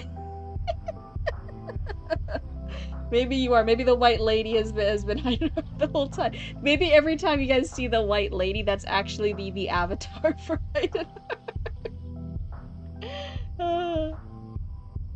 New headcanon. Haydn is a fallen archangel who became bored and became a coyote and joined my Coyote Guard. The knife raccoon is henceforth named Shank? Oh, I kind of like that. They should be an official part of the Raccoon Universe crew. Hold on, let me add that into the suggestions before I forget. Please mouse work. Please mouse work. There we go. Hold on. Suggestions. No, I might do it in the assignment desk. Okay. What is it? It's the knife raccoon, right? Knife raccoon is now canon and named Shanks.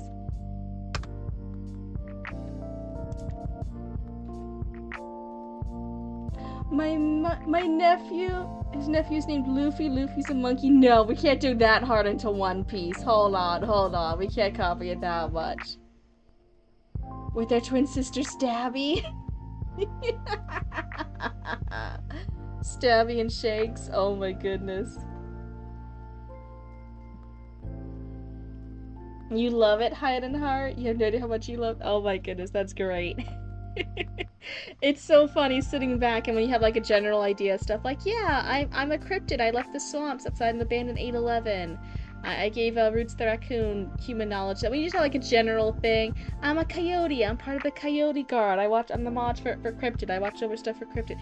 When you just have a general thing and then you kind of like sit back for a bit, it's amazing how much fun, how involved other people want to be and like give their own ideas. Like, oh yeah, like is it this? How does this universe work? What about this? Can there be this?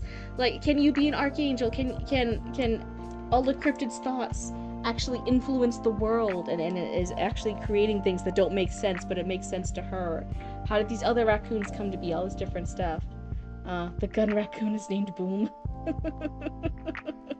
No, the gun raccoon's named Boom Boom. It's both. It's Boom Boom. Boom Boom. Do you guys ever watch the show? It's not a show, sorry. It's a movie called, it's based off a book, Murder, She Purred. But I remember it mostly from the movie, but it's a book series. The first one being Murder, She Purred. But it's a movie, it's called Murder, She Purred. If you're one of my younger raccoons in the chat, you probably have not seen it, because it was an older movie even for me. What about Gluck?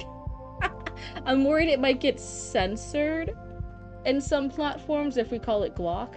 That could be censorship issues. What was I saying? But one of the characters in Murder, She Purred, the reason why I was bringing it up, is they mentioned this character who's this gorgeous woman that they don't like. She has other character flaws, but she's this really beautiful woman, and her name that everyone calls her by is Boom Boom. And then there's this new guy in town. He's like, wait, what? Why do you call her Boom Boom? And then the lady enters, and she's got the boobas, and as she's walking, the boobas go boom boom boom, right side to side, and he's like, oh, Boom Boom. And they're like, yeah, so everyone calls her Boom Boom.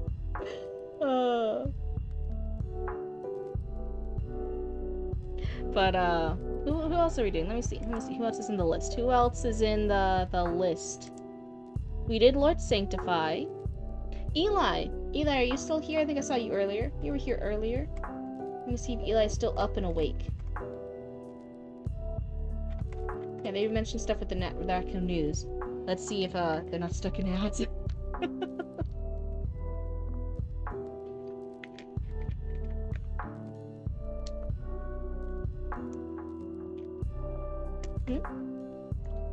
I think posted on Discord, then left that Discord. Who posted on Discord, then left that Discord? Oh, someone in chatting?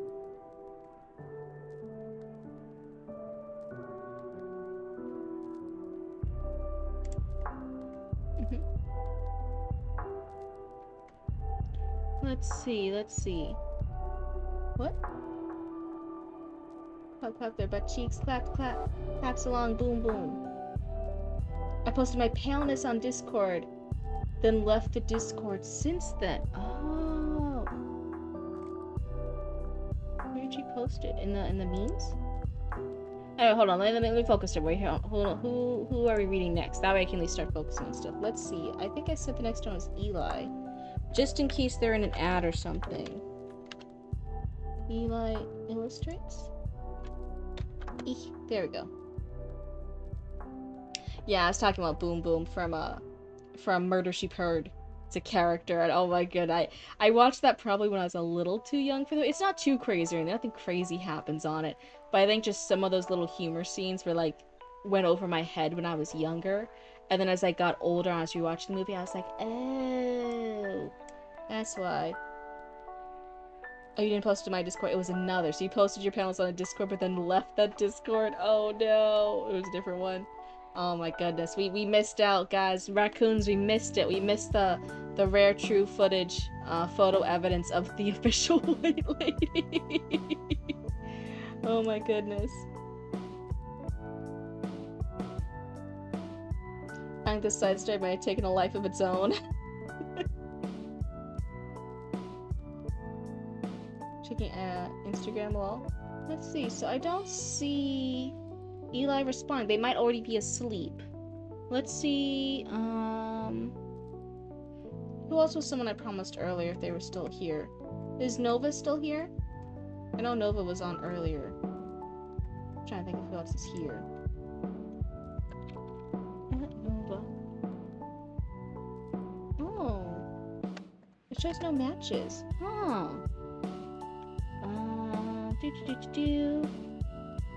Zatra? Okay, yeah, Zatra is here. Zatra? I know Zatra was here earlier. Are they still on? I don't think I've heard from them in a minute, right? Gotta go now. The stream is really fun, and Raccoon 6 News is getting so good. It's getting so amazing. Thank you so much for hanging out with us. Go get some amazing sleep. Go get well rested. Thank you guys so much for hanging out and participating in Raccoon Channel 6 News. This has been so amazing and brilliant to watch. Zatara, you're here. Hello, hello. You're number 5 in the queue. Do you want to go right now? You might be the last story critique for the night. Do you feel like you'll be up awake enough to get that done, or do you want to go another day? Let me know how you're feeling. How's the vibe?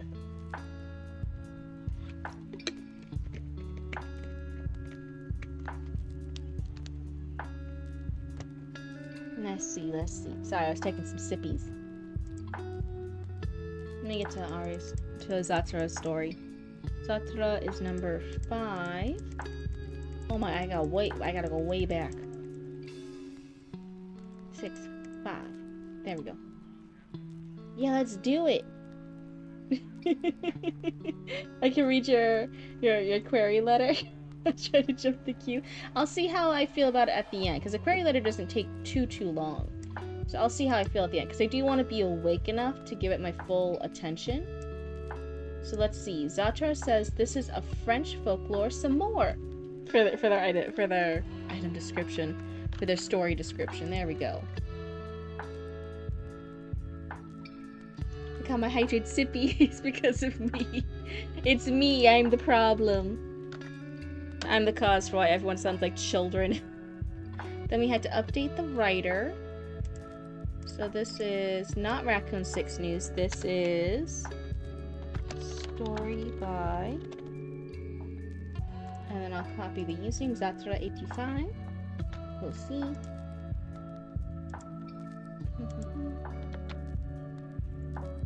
There we go. That looks good. Okay, the hunt in the shallows. Okay, no, we get this. Okay, yep. Okay, it says, and I remember this being it's Carcez, right? Because we had some French earlier that I was mispronouncing too. So just double checking that I'm remembering how to say this. It said like Carcez. So the king has sent our main character, who is not the hero, off on a quest. People are still submitting. Still submitting for story critiques. Is that what you're asking, King Cal? Yeah, people still submit sometimes. We still got some new raccoons showing up and submitting. We still have some of our already people who submitted before submitting either their work more and more or submitting new stories. French is the language of loving strokes.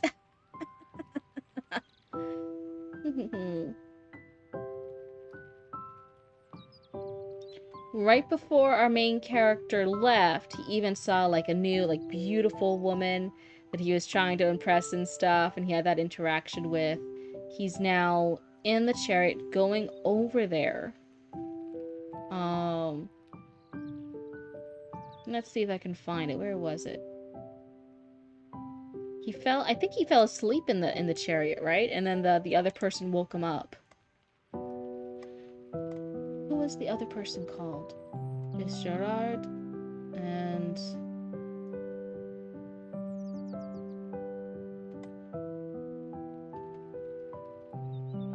yep, that's right. Okay.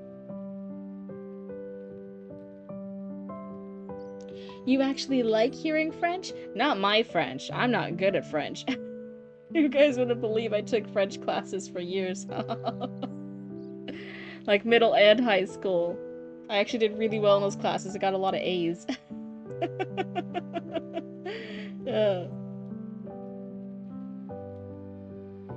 Let's see.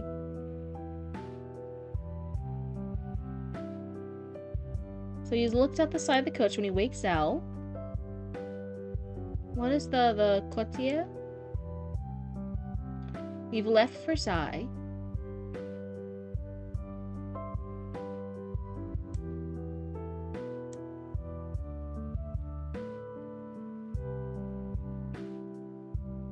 I also really like listening to Russian and German, go figure. Okay, is this...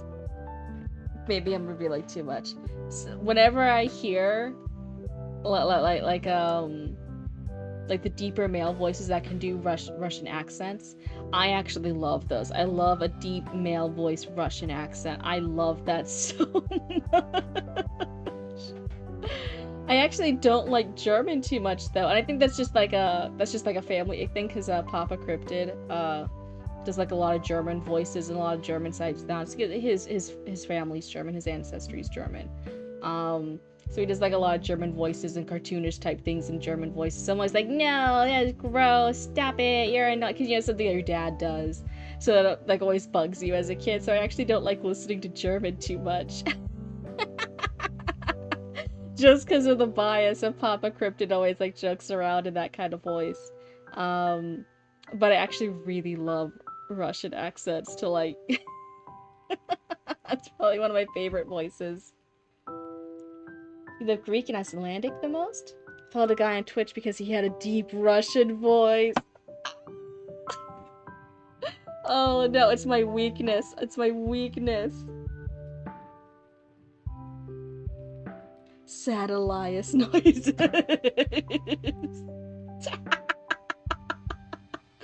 Alright, but hey, listen, you can't please everyone. You can't make it, make it perfect for everybody out there, okay? Listen, the fact that I'm like, about German voices, that's just a me thing. I don't hold it against Elias.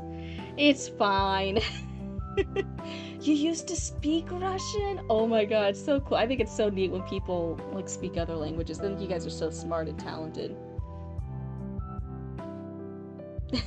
My mom swears at me in German. I looked at her in the eye and swear at her in Greek, and she went, "Can you speak English?" I'm like, "You first." Oh my god.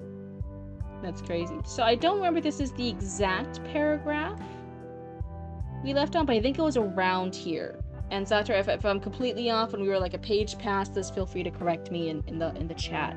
I feel like we were somewhere around here though. So our character has gone off to try and be the hero. He is not the hero of this tale, though. He is gone in the chariot. He's left Versailles at the, kind of bothering the king into letting him, leave Versailles to go on this quest. Somebody else who is a hero is already off in here to help the people. But now he's over here to try and do something. He doesn't know what he's doing. He's crazy. He's very quick to anger, has a short fuse, goes off, quickly changes opinions to radical extremes depending on stuff. But our character, the main issue with it was that there's flooding. There's flooding all over this France area, and there were like giant fish. Right? Am I remembering that right? There's like giant fish, or these monster fish. There's something with the water and fish. There's some kind of vibe with that where everyone's like, oh no, we don't know what's happening over here. We need a hero. Cue that I Need a Hero soundtrack from Shrek when the fairy godmother has that rendition of it. Play that, and there we go. That's the vibe. There was something wrong with the fish. Yes. Okay. Yummy fishies. I think you stopped right past the scarecrow. Got it. Okay, so it's this paragraph then. Gerard looked out to the right side of the coach, jarred by the cheer in the rider's voice by what greeted him. The fields had sunken into themselves. The soil was still dark and swollen from the storms, submerged with bilge water dragged inland from the not-so-distant Nouvelle Rive. A scarecrow bobbed listlessly at the edge of the flooded stalks, for its rotting frame tipped sideways, now claimed by the blackened silt along with a face-down corpse. I remember really liking that image of the scarecrow bobs down and it's now in the water with an actual corpse. It's a really cool imagery there. I do like that. What did I say? I'm noticing there's this. There's this. And there's this. I don't know if I mentioned it last time. I remember liking that imagery. I will say in this paragraph, it's a little bit of the samesies for the length of the sentences, as in they're all really long sentences. They're kind of long. Some of them, if they're not run-on sentences, they're getting very close to it, and it's kind of back and to back. So I would say double check to see if you can vary the length of the sentence structure there, especially in this paragraph. Oh no, don't do that reference in here. Get out of here, banned. On the higher ground, men and women stood ankle-deep at the edges, loading what looked to be spoiled wheat into carts. He counted at least 4 wagons, all loaded and sinking into the mud from the weight of their waste. They would all be prepped for mulch, perhaps, secured and ready for the fields where even Ladue could only guess when the earth would breathe once more. True Rise, I know to join your Discord. Oh, Death's Head, that's so sweet. Thank you so much. But yeah, I always say, I know some people are saying like, oh yeah, I talk about this channel to like other people and stuff, but they don't really seem interested in stuff or like whatever. It's all good. I don't want you guys thinking that even though I joke that this is the cryptic cult, that you have to go and get followers. If you think someone would like hanging out and vibing with us, then sure, absolutely recommend this space to us. I'd love having more nice little raccoons joining our community here. Crypto overheating. Oh, sorry, Kid Cal. Oh. I had to stop short before this became its own mini novel? Oh, what happened? What? Oh no. But yeah, if you guys think someone would enjoy it, then hey, feel free to let them know that this happens, that this exists. But otherwise, don't worry about it. Don't push yourselves too much. We'll build a community here naturally and organically with hopefully other nice people that will give us critique and share stories with us and have fun. I'm not too worried about like going at a superstar pace. But otherwise, thank you guys so much though for thinking of this community and having other people join this and sharing it with friends and people you think would like it. That's really sweet. Gerard looked at the driver. He was jovial, but there was no jest, no hint of his facetiousness. Is that how you say it? The stagecoach jolted violently with a crack from one side. The coach drifted through the mud before coming to a labored stop. One of the wheels had broken. Part of community growth is when word passes around from members to non-members. It's true, it's true. Facetiousness, blah blah blah blah blah. Facetiousness. Oh, you shared the stream on your server? That's so sweet of you, thank you. But yeah, I definitely recognize that. I think I'm still kind of like in awe over the fact of like, oh yeah, people wanna form like a community with me and hang out. I always feel so grateful about it. It's definitely like it's the best word ever. I already know I'm not gonna say it right consistently. I'm just not. So we're just gonna keep on going. One of the wheels had broken. He hopped out of the vehicle, now tilted into the sludge, and dismounted alongside the driver. The horses howled with dismay as workers turned to stare. Oh, hey, thank you for the follow. And hey, I hope you like hanging out with the Cryptid Cult. Got too wrapped up in the side story. Oh, it's all good. It's all good. But yeah, welcome to the Cryptid Cult. I hope you like having fun with us. This is a, hello and welcome on in. We are actually reading a short story. We're a little bit further ahead. We are page, what is this? Page 8 of this short story. So if it feels like a little bit like, wait, I feel like I jumped in the middle of this. Yeah, it's just a little bit. It's all good though. But here we read stories from you guys here in chat, from my lovely raccoons and followers. And I actually give critique and feedback. You guys in chat can also give critique and feedback. The only thing is you just gotta be nice about it, right? We all just want to become better storytellers and work on our stories and see what ways we can improve. And that's always done better when someone gives us honest feedback, but we don't need to have brutal feedback. Let's be reasonable here.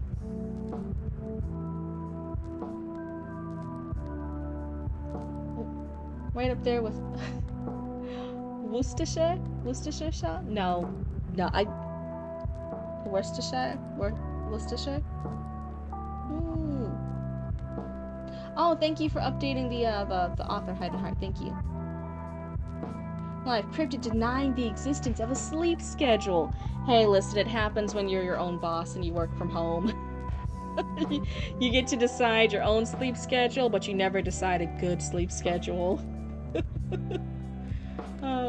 I love the tunes. Good ambience. Oh, thank you. This is some lo-fi music. This is lo-fi for witches only. Over on it's a little YouTube video.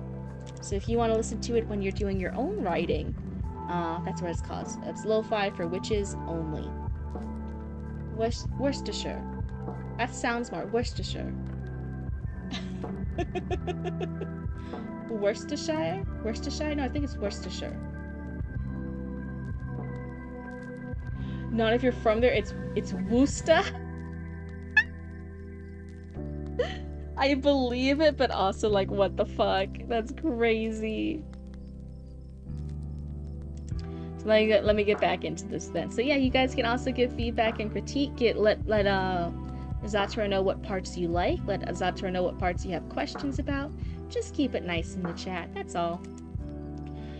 The horses howled with dismay as workers turned to stare. Even now, the driver's smile seemed unbothered as he surveyed the damage to the tire. Would he have been as congenial if a gang of bandits held the twos at gunpoint? Ooh. Should it be twos plural? Is that an older, like old-timey way of saying it? Or should it be held the two at gunpoint?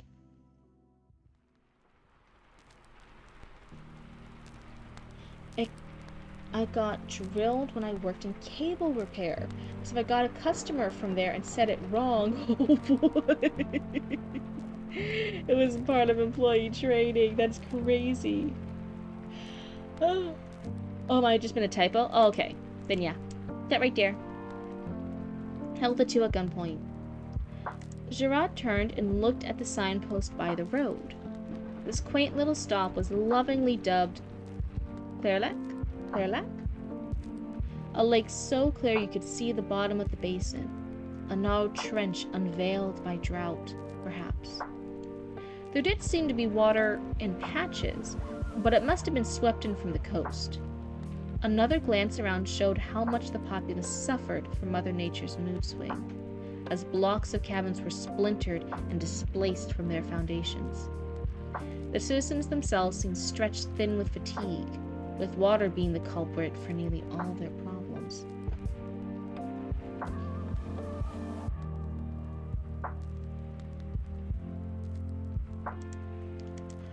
Wait, hold on, sorry, I'm yawning.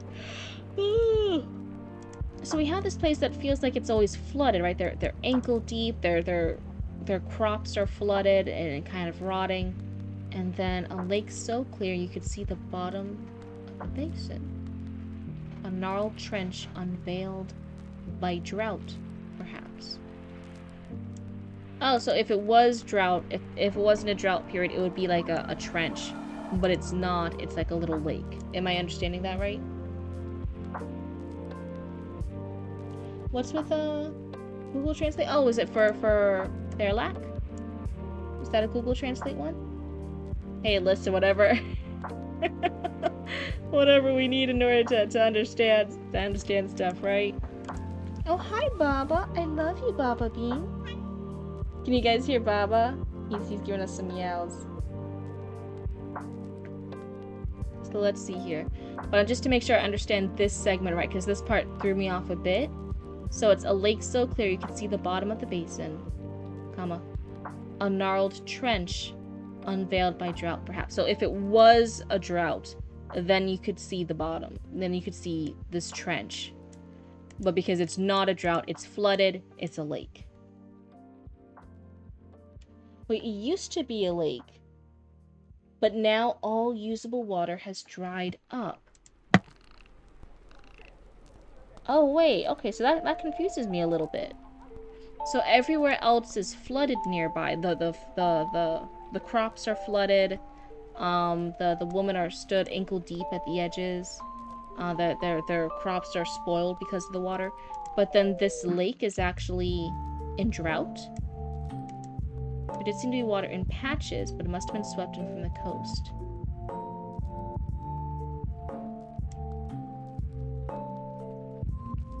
Meep meep. And when I was in the UK, there was a Scottish guy ran into one of the tube stations. Only one understood one thing he said at the end: "Stupid American."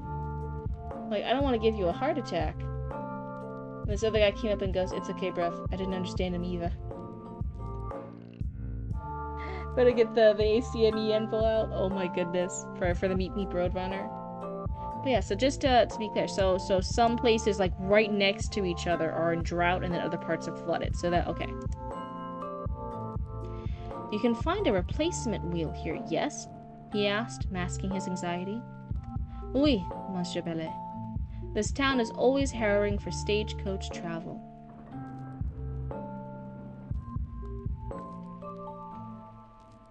The town was already on hard times before the disaster.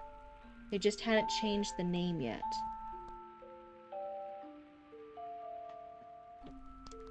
Clear Lake. Oh, so supposed to read like Clear Lake? Clear Lake? Oh, I don't know why. For some, maybe it's because it's late. Maybe my blue brain isn't comprehending this paragraph too well. I feel like I was understanding things pretty well. But then that paragraph kind of threw me off a bit. It was one thing to get moored somewhere in Paris. If anything, he could seize an opportunity to charm a date with a view along the Seine. Do they just call it the Seine, or is it La Seine? Is it supposed to be a like LA space Seine? I'm not quite sure. Well, maybe because it has the here, maybe then it's fine. Don't listen to me, I'm just saying silly things. That's what's happening. With a little wind, dinner at an outdoor table with the best view in the city, Gerard would even be tempted to pay the driver for such an accident himself. But here, so far from Paris, the cawing of gulls screeched overhead. How far do they travel inland to pick a carrion? How did the smell of brine still cling so fiercely to the mildew hanging from their clotheslines? The driver set to work talking to the locals for a replacement wheel. Their dialect seemed off. Phrases slurred and twisted in ways the Parisians' ears couldn't make sense of. Oh, lots of French, a hooded man muttered, trembling as he dug his fingers deep in the loose fabric of his sleeves. French, yelled the woman next to him, smacking him sharply in the arm. The missus, Gerard resumed. Even in a village as devastated as this one, coin was still coin. The hag guided the driver to a traveling stand that seemed rather well maintained. A fresh plywood cart was hammered together, with wheels neatly affixed in each corner to respond to emergencies outside the town's reach. Gerard watched the exchange in silence. That driver was still smiling like a total dope, with seamstresses offering to restitch his vest buttons. She's basically badgering the husband about being rude to their marks. Oh no. Yeah. That part I was just like, oh yeah, I just didn't want to say and butcher the French out loud. So I kind of skipped it. I was like, oh yeah, more French stuff. Offering to restitch his vest buttons. I will say that. I don't think it's the restitch his vest buttons. He was beyond oblivious. Perhaps somewhere closer to detached? Come on, model. He couldn't be a tiny bit irritated that their flight was sabotaged? Gerard's disgust almost called to just set fire to this town. Ooh, see, he goes to great extremes really fast. But he was willing to excuse their lack of decorum on one condition. He noticed a man trying to peer within the coach's door, and stormed up to grasp the scarf tucked into his coat. His cabbie hat fell off with the motion, and suspiciously enough, it was the jittery gentleman from before in a quick change of clothes. Gerard's eyes narrowed. You, where's your tobacco merchant?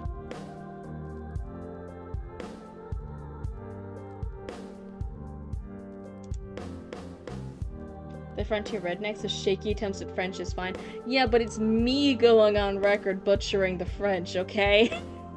It's not gonna be good. No one's gonna judge them, they're gonna judge me.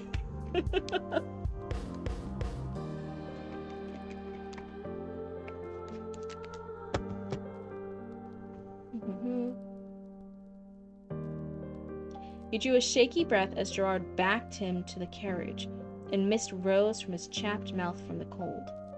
His eyes noted the rifle hanging from my shoulder. Oh, I think that's one of the my's still left over from when this was first person. The Parisian concealed a smirk, though it might have still been faint. I'm hunting in service of the crown. You don't want me to report you added any difficulty to my mission, would you? His words were measured, sharpened, but still low. Yes, it is. Thank you. No problem. Hold on. Stretch my eyeballs.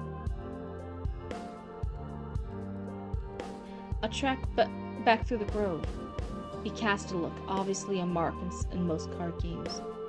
It cuts through the lowland farms, but the flooding has swallowed the path halfway. He doesn't do commerce here, next to your bustling wagon stand? Gerard asked, briefly glancing at the grove. The question froze him in place. His Adam's apple choked down so much terror down in a matter of moments. He meets with the sleeping ones. He clasped his hands over his mouth as if he'd slipped a password that would cost him his entrails. Imagine that, Gerard muttered, letting the weight of his slip hang in the air. He prefers the freaks of the marshes and a sinking foundation to your company. The gib was punctuated with a shove, with enough force for his knees to buckle. The courtier still maintained eye contact as the lout knelt down to scoop up his hat, his eyes feral with the mortal fear of whatever surrounded him in these fens. This one again, I think I'm noticing longer sentences in general, but this one here, I'm like, oh, this one's a bit run on. And so this one's run on. And to clarify whose knees to buckle. Because again, both guys here are using he, him. I think you mean like the guy Gerard's like trying to be scary at.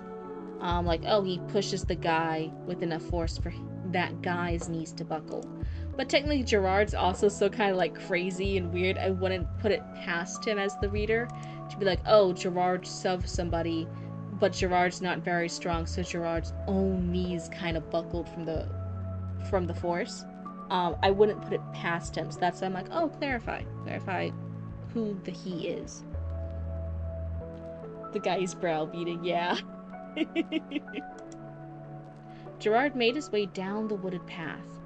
The din of Clear Lake's bustle faded into the fog that cascaded through the rows of narrow trees. Heavier, older trees seemed to sag beneath the weight of moss that had washed in from the tidal waves that pulverized this land. Insects chirped, though they didn't seem to be signaling each other.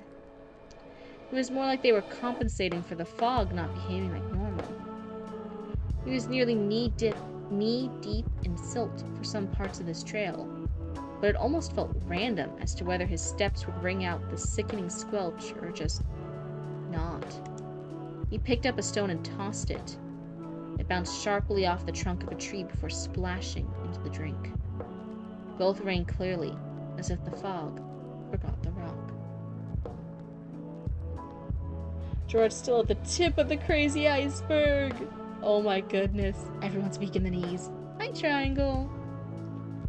4 more to 300. That's exciting, Zoe. That's exciting. Oh, wait, for me, for 300. That's scary. It's scary and exciting. I think I have in my side to go back and forth real quick. Hold on. Oh, mouse, please work. I have it here. I'm like, oh, what would be like a fun little stream to do once we reach 300 followers? I was thinking we could have another game night. We could have a reading stream where I read a story. It's just kind of like a hangout, and Cryptid reads one of her favorite stories. We could have just a yap and chat session. All hail the WeV screen. All hail.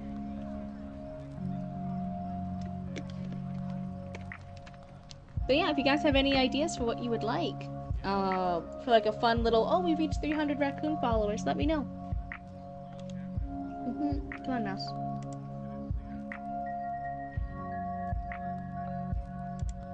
I like... Sorry, Hunter. Steps would ring out with a silkening squelch or just not. I like that one. I don't have words to explain why I like it. I just do. I think that one's neat. The gentle rattle of bones rang overhead, his head swimming with an unknown fatigue as he looked up. Ooh, that's spooky. Gerard felt his instincts for running, fighting, or even just hiding getting pulled into the waters that shifted with his steps. What if we hear one of your works? We could do that too. I still have that printed out final version of the ballerina story. So we could do that. I could have the ballerina story up for critique. Does that sound fun? I was looking for an excuse to get that typed up because again, I was complaining to you guys. I'm like, oh, I had the digital version of it, but I said the ending was different. I'm like, this wasn't the ending I shared with my creative writing class. And I found while cleaning the only physical copy. There's no digital copy of it, I guess, not that I can find. It's just this one crumpled up, stained, like stapled together, turned-in sheet for it. So I need to copy it over and actually save a digital file of it. I need an excuse to. But that one has the correct ending for the ballerina story. It has the ending I talked about, where it's like all the people leave the bunker and they're looking at the scientist on the other side of the screen, the other side of the dome, as they get bombed by nuclear stuff on that side. It was supposed to be very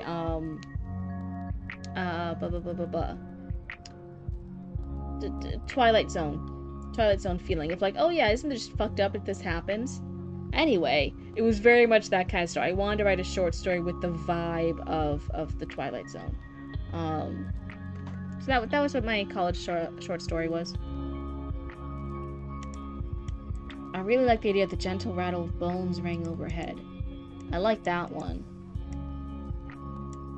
But again, it's the paragraph and it's both longer sentences back to back. I think having some shorter, stronger sentences to break it up sometimes gets rid of that lulling rhythm and makes each one. You love some Twilight Zone vibes? It was your favorite show? Oh my goodness. Well then you can, maybe you can give me some harsh critique of if I hit those vibes or not. I have no idea if I did or not. I just said, like, that was the inspo. Whether or not I did it, you know, is yet to be determined. The bone charms all seemed to be little figures made of old, worn cloth. They hung from a height that made it seem like the villagers helped with hanging them, and yet distrust was all Gerard saw in the eyes when they cast wary glances towards the grove.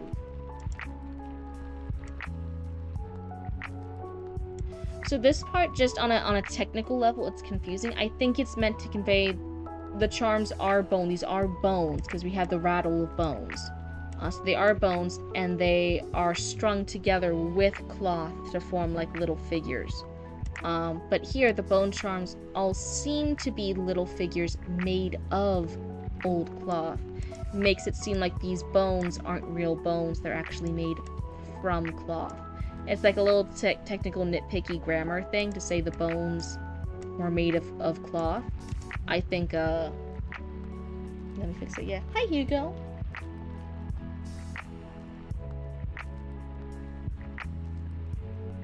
Challenge accepted, but there were tons of short story authors that made their way on the show. Really? And Rod's, Serling? For some reason I was thought, was it Sterling or was it Serling? Was cranking out new screenplays every week. It was nuts. There's bones in their bones. There's bones in them there hills.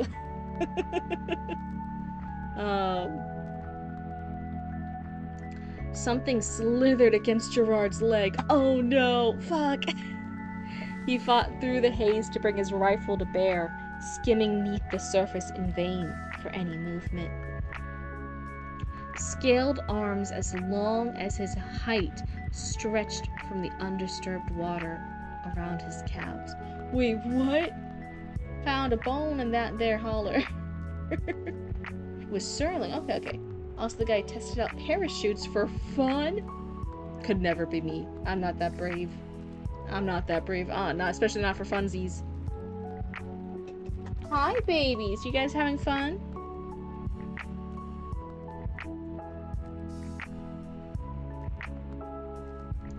None of their joints bent properly as they coiled around the courtier, dragging him into the sand.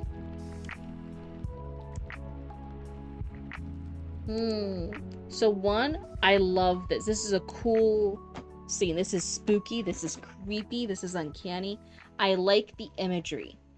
I'm not quite sure the wording, the sentence structure is like conveying it well, especially since I love the imagery so much. I'm like, oh, this is such a fucking cool image. So let's see. Let me think about this for a second. Let's restart my lo-fi beats. Let's think about this.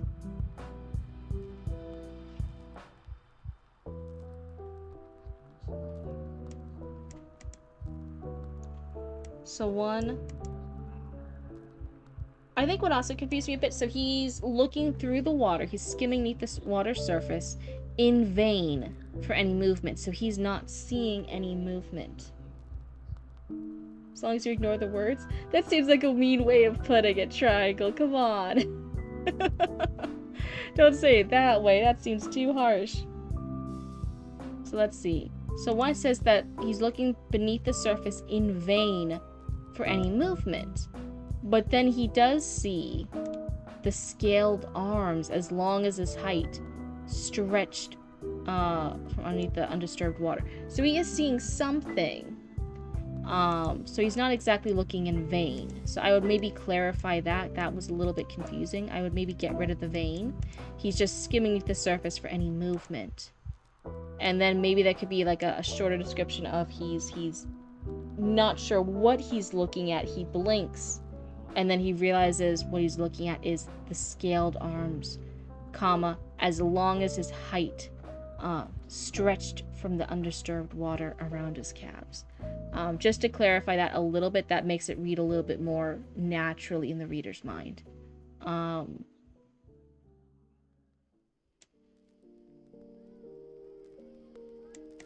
And even this one, I would split it up a bit. I think this, since it's such a cool scene, we can expand on it a little bit. So we can add more sentences and make some of the sentences a bit shorter. You're just lurking, just gotta keep lurking. If you also need to go to sleep, I totally get it. So I would say, like, none of their joints bent properly. Which is such a cool detail. I really fucking love that. That's what really adds to the uncanny vibe of it, too. And maybe some of these descriptions could be their own thing. And then maybe as he's, like, processing what they look like before he can fully process, they then drag him into the sand. So that's it, to split up the sentences a bit and add more details. And I think then it'll be good. And I keep on looking, I don't stop looking. Do do do do do do do do do.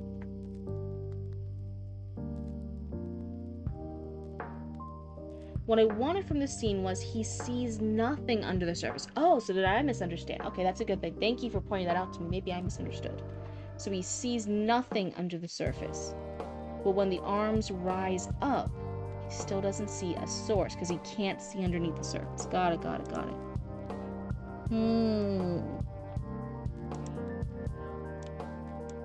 So then, yeah, in that case, so now, thank you for clarifying, because I didn't want to tell you wrong information. I think I was then. I was giving you bad advice then for what your goal was.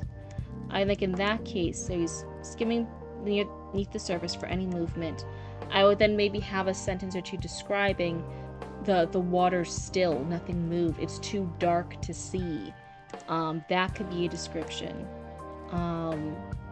And that could be another sentence or two here describing that. So we get the idea of like, oh, that's why he's not seeing shit.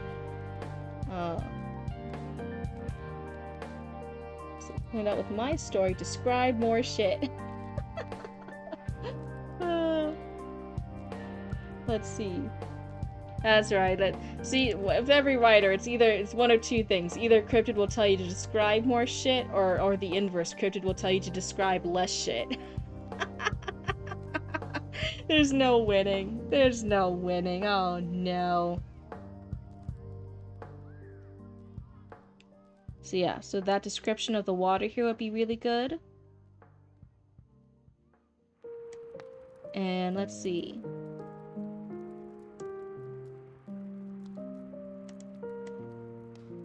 And then I think if you describe the water here, maybe then this paragraph here is actually good enough. So maybe then we don't need that to be changed. I think as long as the water's described here, it's dark, there's no movement. He's like waiting for a second.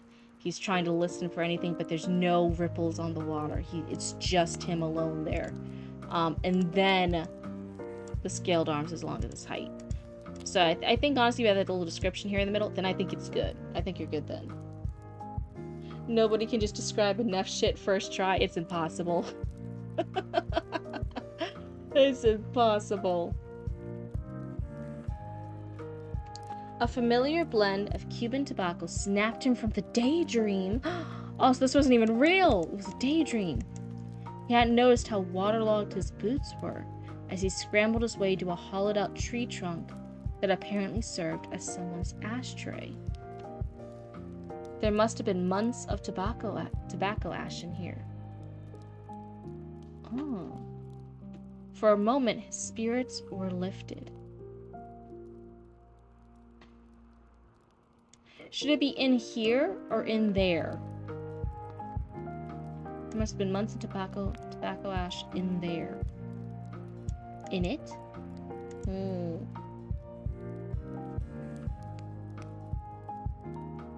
Throws a piece of whatever to make a huge splash for no reason at all. That's just human instinct. Gotta throw something in there. Make sure you know where the water is. This is also trip up readers that like blazing through like 500 words a second. Don't call me out.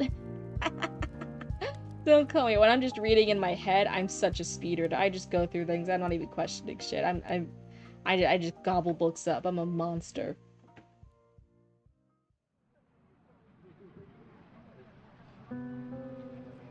For a moment, his spirits were lifted. Perhaps this old bean had some rum along with the tobacco. Finally, there might be someone civilized in this drowned husk of a village. Ooh, I'm amazed. I know it's part of his personality to go to extremes and not really focus on what past him just went through and like really self-reflect. But I'm still amazed. Like that was something super creepy he just thought he saw in his daydream, and now he's just like not even thinking about it. He's just like, oh, finally someone civilized here. Like Gerard, that was super creepy what you just saw. You just saw giant arms with weird backwards joints like grab you and bring you down into the sand. Like what? Oh my god, I'm actually kind of impressed by Gerard. I'm like, Gerard, you're not even phased. It was hard to make out footprints amidst all the flooding. The path seemed to sink down beneath the water, the surface swirling with salt. cats. You guys are all being nice, right? Luna tuna fish, be nice to your babies. He's done that before, though. Remember the palace? Yeah, that's what I'm saying. It's in character form. I'm not surprised he's doing it. I'm just like amazed. I'm like, oh my god. Luna, your babies exist. You birthed them. You gotta get used to it, baby girl. They're allowed to exist and breathe in the same room as you.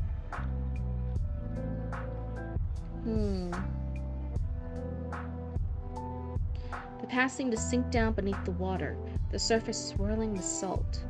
Gerard saw what seemed to be a canopy, though, hanging over a trail the light of the blood moon filtered through.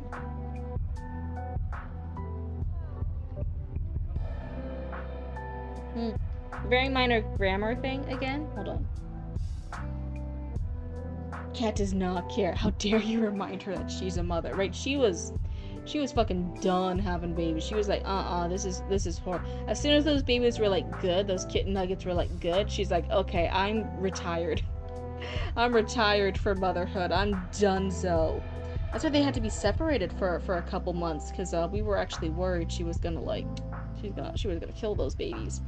So she had to be separated from them, and now she's being introduced to them again over the past couple of months, and she's doing really good. But she still is just like, oh, why do they exist? Ugh. Somebody come get these kids. And we're like, Luna, they're your kids. And she's like, ugh. She hates it. It's a really minor nitpicky thing. I'm sorry, Zatra. I don't know if you like the nitpicky stuff or not. Let me know if this is bothering you more than helping you, and I'll stop. But for now, right, this part is about the canopy. Hanging over a trail.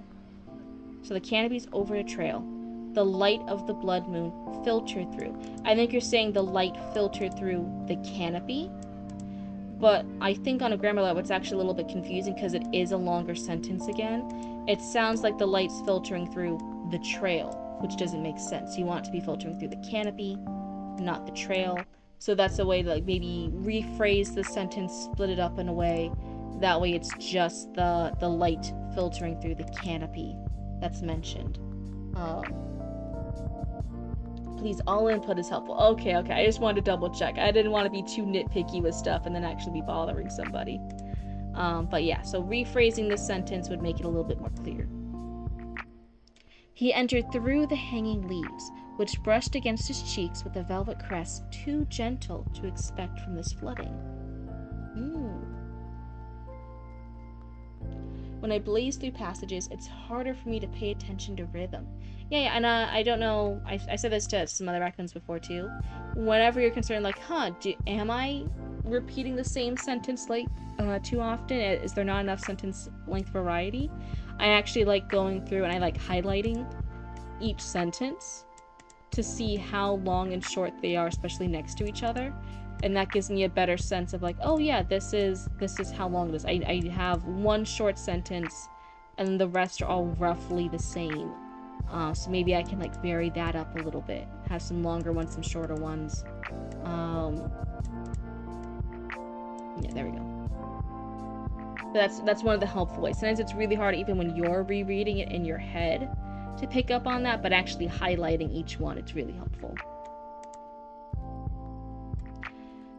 At first, it started with a faint light, golden as a star in the fog. It loomed ahead of him, rather than from above. It beckoned, gave him some measure of bearing, before he started to feel the clicking of his boots on smoothed-out pathway stones. From both sides, he was greeted with botanical wildlife, a bit like the king's. They hailed from areas that couldn't possibly mesh with this oppressive gray climate. Odd, but someone must have been stubborn with their seeds. With their seeds? Oh, botanical wildlife. Yeah, okay, that makes sense.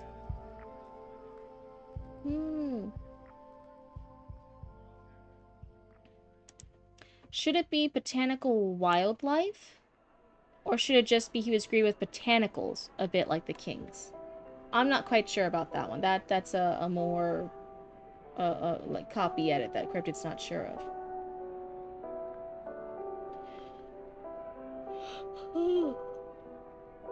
The classic kind emperor dies only for the corrupt to inherit and bring down the empire that was made with love to a ruin of despair trope. Is that what you're working on? Is that what's happening? So it should be the botanicals. And then I've heard this be said. I don't know if it's true because it's just from Tumblr. I've heard that Americans spell gray with an A, and then Europeans, which this is in French, spell gray with the E. It's American and Europeans, and they spell it slightly differently. So gray might need to be E since this takes place in Paris. Or not Paris, but in France. That's what Team Archie is when they die. Oh no! Oh no, poor Archie. Archie can't die. They're too important into the world building. Oh my goodness. The light grew more round, pronounced. It hung over a door, fading into being with the dance of moths and mosquitoes. The shop appeared to be a house, nestled atop an outcropping of rock that hung above the creeping waterline. The thatched roof sagged, with a splintered sinkhole the local carpenter had apparently not made time for yet. I'm not sure if the yet's needed. Maybe that's just me. Gray is A for America, gray is E for Europe. Yeah, that's how I heard it said. I fully was admitted though, I've only heard that on Tumblr, so I wasn't sure if my source was accurate. I like citing my sources. If I'm really confident in my knowledge, I'll own up to it. But if I'm like, oh yeah, well I heard it from so and so, someone double check me. Time for you to go to school? Is that time for you? Oh my god, time zones are crazy. That's insane. Oh, have a good day at school. Goodbye. While you're at school, I'll probably be going to bed soon. That's crazy. Well, I read it on Tumblr screen cap on it.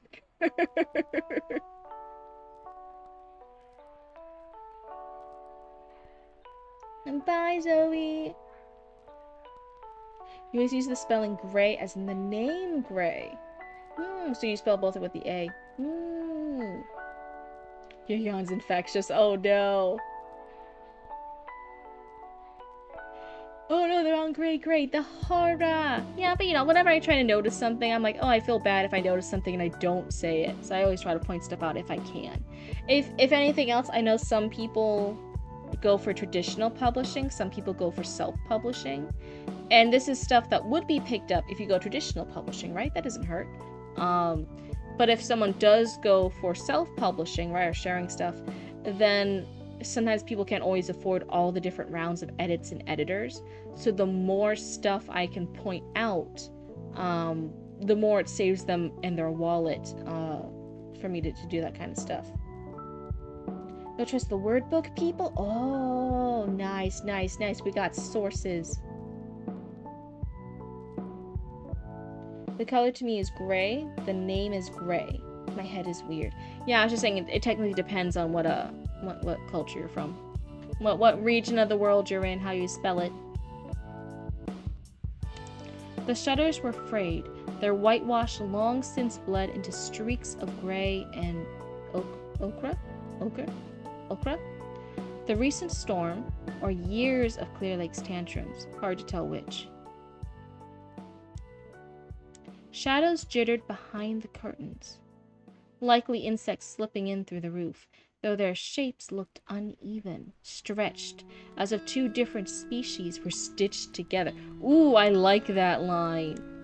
That's a good line. That's a spooky line. The farther south he went, the stranger the wildlife seemed. Clear Lake was going to the wolves, but this was only an unscheduled pause in the road. Gerard cleared his throat, shoving back the rather irritating unease as he pushed open the rough wooden door, spotted with black mold. Soon enough, he would have Havana smoke in his lungs, and the fellow inside can afford the carpenter's new rates. Could afford the carpenter's new rates. I'm supposed to be could. Is that a good ending place for now? That's 1, 2.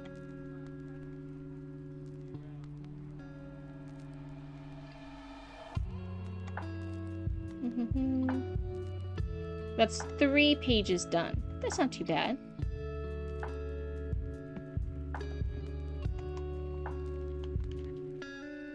Hold on, I'm stretching. Sorry, the model glitches out.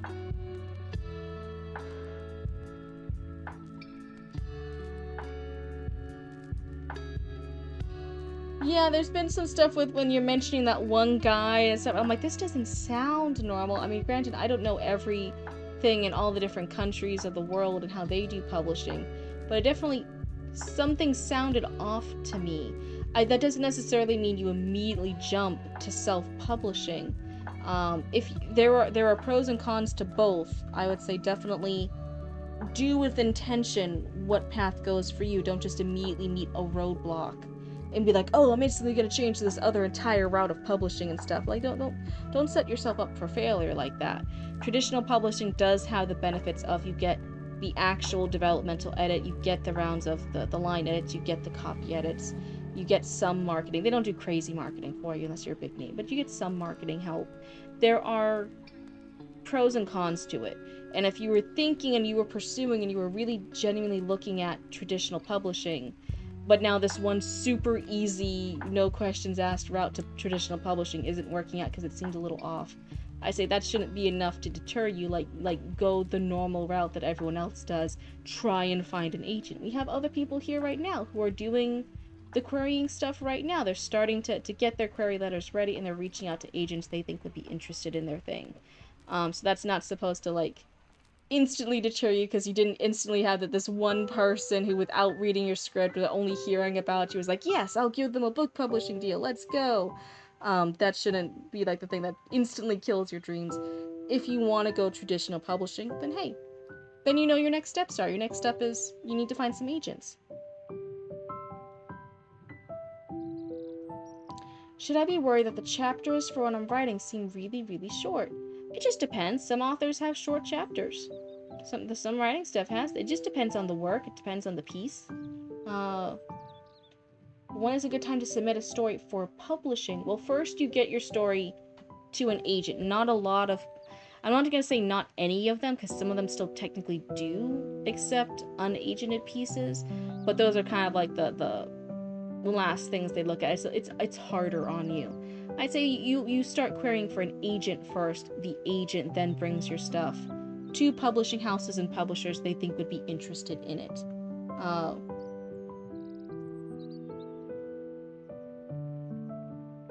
Wrong place to ask that, to be fair.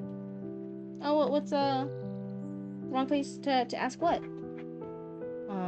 But yeah, I think the normal thing, if you're going for traditional publishing, maybe I should clarify, if you're going for traditional publishing, then you're going to be looking for an agent first.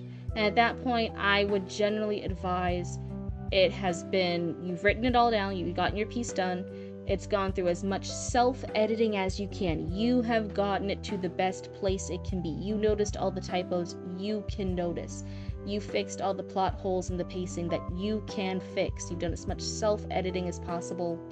And if you have any beta readers, any critique partners, anything like that, you've also hopefully used them after all your self-editing too, to get the piece to the best place you are capable of without hiring editors of yourself. I see some people wasting money paying for editors just to go solicit an agent for the agent to bring to a publishing house for the publishing house to then do the round of edits. The point of traditional publishing is you don't have to pay for editors. They cover the cost of that. So if then you're paying for professional edits to go get traditionally published, it just seems like such a waste of money. I never suggest that. It should just be the maximum self-editing with some beta readers and critique partners if you can, before it goes to an agent. And some agents, not all agents, it's definitely not every single one of them. Some agents will then even give you their own edits that they will want you to perform. Like, oh yeah, fix this pacing issue, fix this plot hole. And they'll ask you to tidy up some stuff before they then pass it along to whatever publishers they think would want to pick it up. That's kind of the general thing. If you're going traditional publishing, kind of similar. It should be self-edited as to the maximum extreme that you can, and then it's kind of looking at your budget. It's looking at how seriously, professionally you're taking this. If it's just for fun, if you just want to like have something out there in the world to share with friends and family, then like, hey, you can just self-publish it. It's not too big and serious. If you're like, no, I want to be taken as a serious author, I want this to be picked up, I want people all over the world to be reading this, I just want to self-publish it for like money reasons, or because I'm better at marketing reasons, or whatever the thing is, then you're looking at maybe you need to invest in all the rounds of edits after you self-edit. You need a developmental editor, you need to invest in a line editor, because you're taking this on as like an actual business. You want to take this on a serious professional basis. It's looking at what you can afford then. It just depends. Let's see. Hopefully that answered your question, Hugo. Sorry if that was a little too vague, but hopefully that helps. An agent will advocate for you using their connections. It's true. And lots of places, lots of publishing houses do not accept unagented work. Not all of them. Some of them still accept unagented work. But a lot of publishing houses are like, no, you need an agent first before you can start chatting us up. Thanks for catching the silly typos I overlooked. Oh, I'm so happy, Zatra. Even if some of my other advice might have been weird or wonky or just my blue brain cells not acting right, I'm glad I can at least help with that a little bit, what the little bits I can catch. I'm so happy. I'm always happy to help you guys out with it, whatever way I can. My story is literally my lifeline. So then, yeah, just, you might have to sit with it for a bit. Don't rush into anything, but like sit back. Do you want to pursue self-publishing just because you hit a roadblock with something? That might be a little too rash of a decision. Do you still want to pursue traditional publishing? Now you're just anxious and scared because of other life stuff going on. So maybe you just need to wait a little bit and like find some calm, find some balance, get your query letter ready, start making a list of agents you think would be good fits for you, and yeah. Well, my third draft of a story, but part of me feels like it's hubris to query agents with it after I get it done. I think it's hubris. I would like to get some people's opinion on it before that, though. Yeah, it's totally normal. So like I said, you self-edit to the best of your ability. If you have any beta readers or critique partners, you then get it through them. And then when that's all said and done, if you're feeling pretty good, then yeah, that's where you're looking at getting an agent. It's totally normal to ask for like other critique partners and beta readers before you start querying. Don't worry about that. That's totally normal part of the process. Next time you can see how his rival is doing. Oh, the actual hero. Oh, that's exciting. The pace is not nearly as sleepy, even with him running on 5 days without rest. That's crazy. Oh my goodness, we're actually going to see a little bit from the hero. We've only heard about him through our main character, and the main character kind of talking shit about him. So that'll be interesting to actually see the hero, even though he's not the main character. That's an exciting little thing to look forward to. It isn't hubris, it's their job. Yeah. And listen, just because some agents turn it down, that's not like instantly saying like, oh god, somebody didn't accept my work, it must be terrible.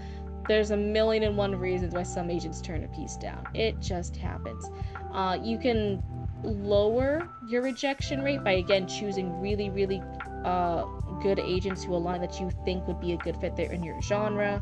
There's like some people who are like, I wrote a romance series. It's all like lovey and kissy and spicy and stuff. I'm gonna go after this famous agent who only works in horror stories.